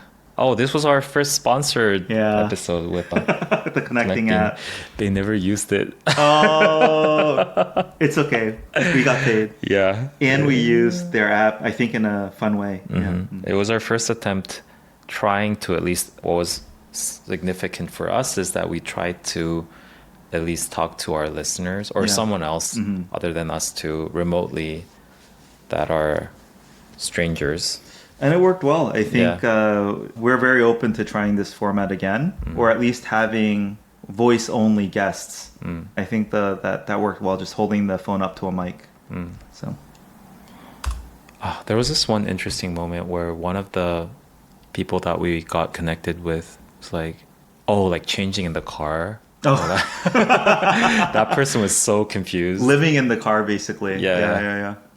You know, I realized, okay, this is daily life, June, but just last week I lost my AirPods. Because they were in my pocket, and whenever I wear shorts, this stuff falls out more easily for me. But I realized, like, what makes me more prone to losing things in Korea versus America is in America, I can just leave everything in the car. Right? If I'm driving somewhere, I get out, I just leave everything in the car. Versus in Korea, I'm in a bus, I'm in a subway, I'm in a taxi. I'm going from restaurant to cafe. I'm not driving to these places. I'm walking around or sitting on some public transportation. And so, not saying I would not have lost them in America, but I do think I'm more prone to losing things from my pockets in Korea. And maybe I just need to have like a man bag or something where I can just like put things into and get in the habit of doing that. Yeah. But yeah, in the U.S., it makes me realize like I can just, my car is like my safe place. Just leave things in there. Of course, now with the break-ins or whatever, that's its own thing. But in general, you can just like leave things in your car, leave things in the trunk. Like it's not as easy to, let's say, misplace things. You're not carrying as many things on you all the time. I think the U.S. is an anomaly in that like that driving culture is so centric in your daily life. I don't think any country is like that. Yeah. Has to have a ton of land area, very rich. Yeah. Everyone has cars. Maybe Russia? Maybe it could be similar. I don't know, but Canada though. Canada's like that too, I think. Canada's basically. Anyways, yeah, I think that driving culture is very interesting. The U.S. driving culture, basically, like it acts as your second home. Yeah. Not quite that far, but yeah. Like it's portable storage everywhere you go. The other thing I'll say before you move on is we have unreleased footage of me doing an entire conversation. That's true. Only in Korean. At some point, maybe we'll release this. Yeah. We should auction it off. That was so humiliating. No, but I remember thinking that you're better in Korean than I thought. Than you thought? Yeah, you're completely capable of having a conversation in Korean. Yeah, speaking like a kindergartner, yes. But still, yeah. Okay. Last two, June, for this episode. Episode 65, Culinary Class Wars. So this is when we did a media review on Hukbaek no Yorisa, or Black White Chef. This one I remember just because, I think one of our shorts got onto DC Inside, which is like the Korean equivalent of Reddit. And I was like, oh wow, like we're really crossing over into some mainstream stuff here. Yeah. Other than that, yeah, it was a fun episode, fun show. They're having a sequel. Yeah, they're planning to do season 2. Yeah. And also one of the 2 celebrity chefs was in he got canceled hardcore. Yeah, so right? I wonder how it's gonna roll out. Is he still on season 2? I heard that that's gonna be one of his last performances. Yeah. But yeah, I really don't know why he got canceled. Yeah. I haven't researched it. But anyways, that other chef, that An Sung-jae guy, he opened up at the time. He closed his restaurant, so he wasn't actually actively. Oh, he did have one in Hong Kong, but he didn't have one in Korea. But he recently reopened one in Korea. I'm pretty sure it's like almost like doing close well. to impossible to get a table there. And it costs like an insane amount of money, probably like 50만 won per person. But and Edward Lee, I think, has some staying power. I still see him all around. He's everywhere. Yeah. I'm surprised that he's that kind of person. I see him in so many ads. It's like this most random like 정수기 commercial or something. Jun, I saw this survey this morning around like whatever top 50 food cities in the world, and Seoul is not on it. Oh, it's not? Yeah. Not in top 50? No, but I have to agree with it, Jun. Really? Yeah, I mean, I think Korean food itself is amazing, but when it comes to just like a food city that has like the best restaurants representing food from all around the world, or stuff that's very unique. I mean, you agree with me, high-end Korean's not really a thing, right? High-end Korean food? Yeah. Yeah. Like I went to one of the Michelin-starred high-end Korean hanshik places. Lion, like in the hotel. I was like, I just want to pay a tenth of the price and go eat at like pocha, right? And so from that perspective, at first I was also like, oh wow, Seoul's not on it. But then I was like, you know what? I kind of agree. Yeah. I don't know how you feel about that. I think it really relates to how Korea is not that international. I think as we get more international, I think there are going to be a lot of like it's going to affect the culinary world as well. But I do think that I don't think it's bad. But then when I hear our former guest, I mean, just comparing it to, okay, of course the top cities were like New York or like all these cities in Italy. But I'm surprised that it's not in Tokyo. top 50. I was also surprised. Yeah. But, you compare it to like a Hong Kong even, let's say, like, those are much more cosmopolitan, diverse. Because I would imagine it's proportionate to the GDP, culinary culture in general. But then no, Italy was overrepresented. France was overrepresented, right? I think one thing that has to happen is Korean food has to become more mainstream and incorporated for longer. So let's say like 10 years from now, people think of Korean restaurants just like people in America today. Not that America is the center of the food world, but it's my reference point. Think of Japanese restaurants. It's just like a staple cuisine. Whereas Korea is still, I think, a novelty. It hasn't quite crossed over into like mainstay. Like Italian food, like French food, etc. And I think that's one thing. Two, like just I think the Korean wave just has to continue for longer, right? But I think they also take into consideration not only Korean food, right? Like the exactly. culinary world I agree in with general. that. Yeah. So not only if Seoul becomes more diverse and like non-Korean food represented more, if Korean food itself, those things I was saying, has longer staying power, gets more integrated, and also like high-end Korean, like I don't know even what high-end Korean is. Like, what would you consider the most high-end Korean cuisine, or dish, or delicacy, or whatever? Like those like royal dishes. What are examples? Like I don't know. They're like things like. Have you heard of 신선로? No. It's like something like or whatever. It's not. It really is non-existent. I think. Yeah. Like the most expensive Korean food I know is like this hanwoo, right? Yeah. Hanwoo gogi gui, which I think is overrated. Oh, I agree. It's good, but overrated. Yeah. Like what else is there? Gaejang? Pretty expensive. Like that concept of 한정식, where it's sort of like a course meal and like the 100 dishes. Yeah, that's kind of considered high end, I think. I see. But it's not as high end as like, let's say like your omakase or It hits whatever. different, right? Yeah. So, I also think that Koreans' taste palette should be more international. less Yeah, sweet. they should be more generous in using, salt and the spices. Because every time something gets imported into Korea, it becomes Koreanified, Yeah. meaning that it becomes very bland. Yeah. Yeah. So I feel like I've convinced you that it makes sense for Seoul to be left off. No, the I list already of- knew. I told you Oh. how I felt like everything tastes like so bland right after I came to Korea. Yeah.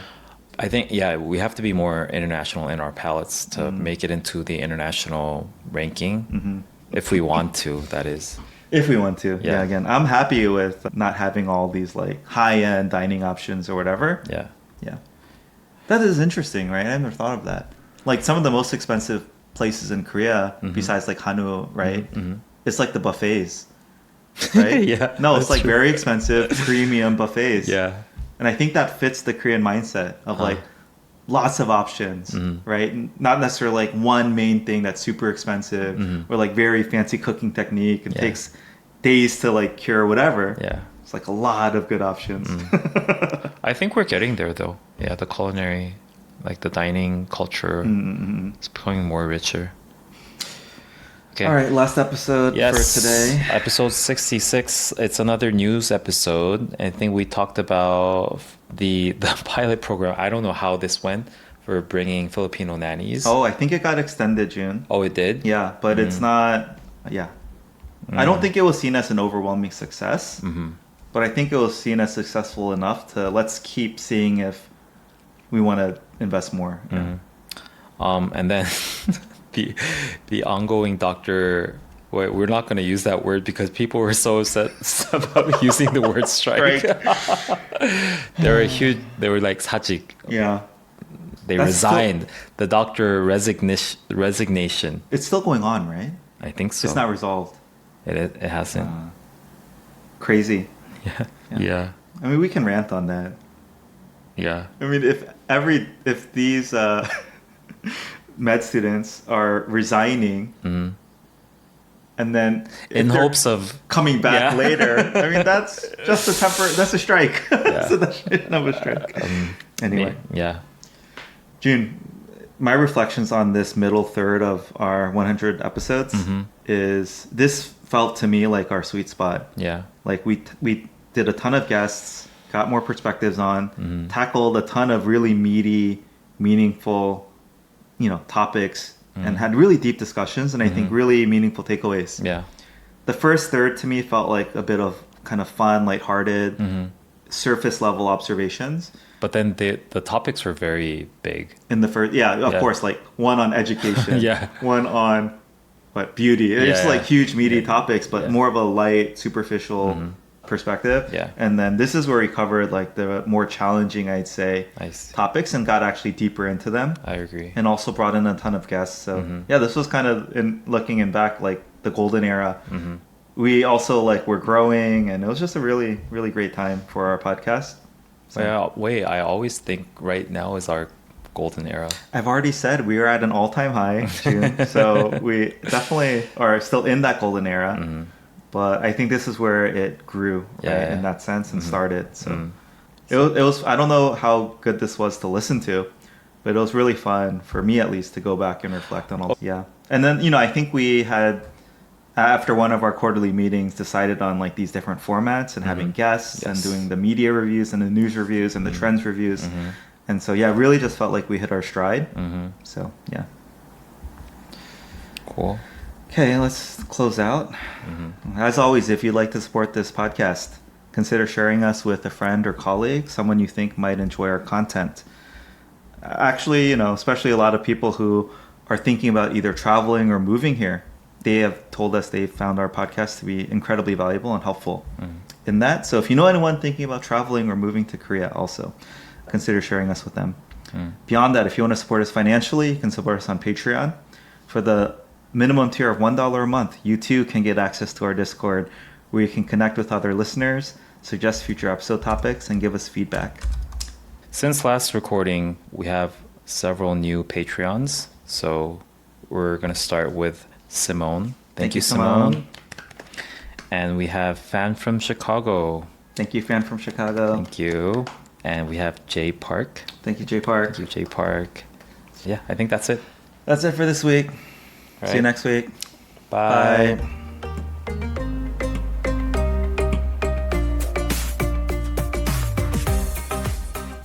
You ready? Or we're just starting like this? Cool. Why not? Okay, this is the first. No, Almost. It's like the shortest from start recording to actual recording. Well, we know what we're going through today. Okay, cool. Feels low. I don't. Did I shrink? Oh, your chair changed. Did it? Haven't noticed? Oh, this. I do feel lower. Okay. It's slightly. This is usually here, right? Wait. That was intentional though. Oh, why? These are very uncomfortable Oh, for you? for anyone. Oh, but this was the ones we've all been using, right? Yeah. I like them. You do? I mean, I do think this is a little lower. Okay. I think it's crazy. I could tell. It- Do you want this chair then? I'm using that one too, Oh, you are. in a different color. It's just that past like 1 hour, Yeah. my back starts okay, to okay, ache a little bit. Yeah, I have not noticed that. I like being taller. I'm pretty sure The mic thing. your back hurt, but you just didn't notice. I don't know. Or it's all the yoga. I just like talking down into the mic. I think it's better. Okay, cool. Mahun is more, right? Mahun is just like 60? other way of calling 40. Oh, Like it is then Mahun. No, but Mahun literally means the number 40. Yeah. Burhok is a meaning of your 40th. Oh, what's that mean? You're of age? It's almost like calling 12 dozen, which is Mahun. I see. But Burhok means Oh, something. okay. Yeah. Got it. To not be unclouded. Yeah. Yeah. But Jun, I want credit for knowing Mahun. I was proud of that. Because it's after Saran. Yeah, it's And I don't Mahun. know 50. Oh, Shin. Anyway, so what is the fancier term? Burhok. Burhok.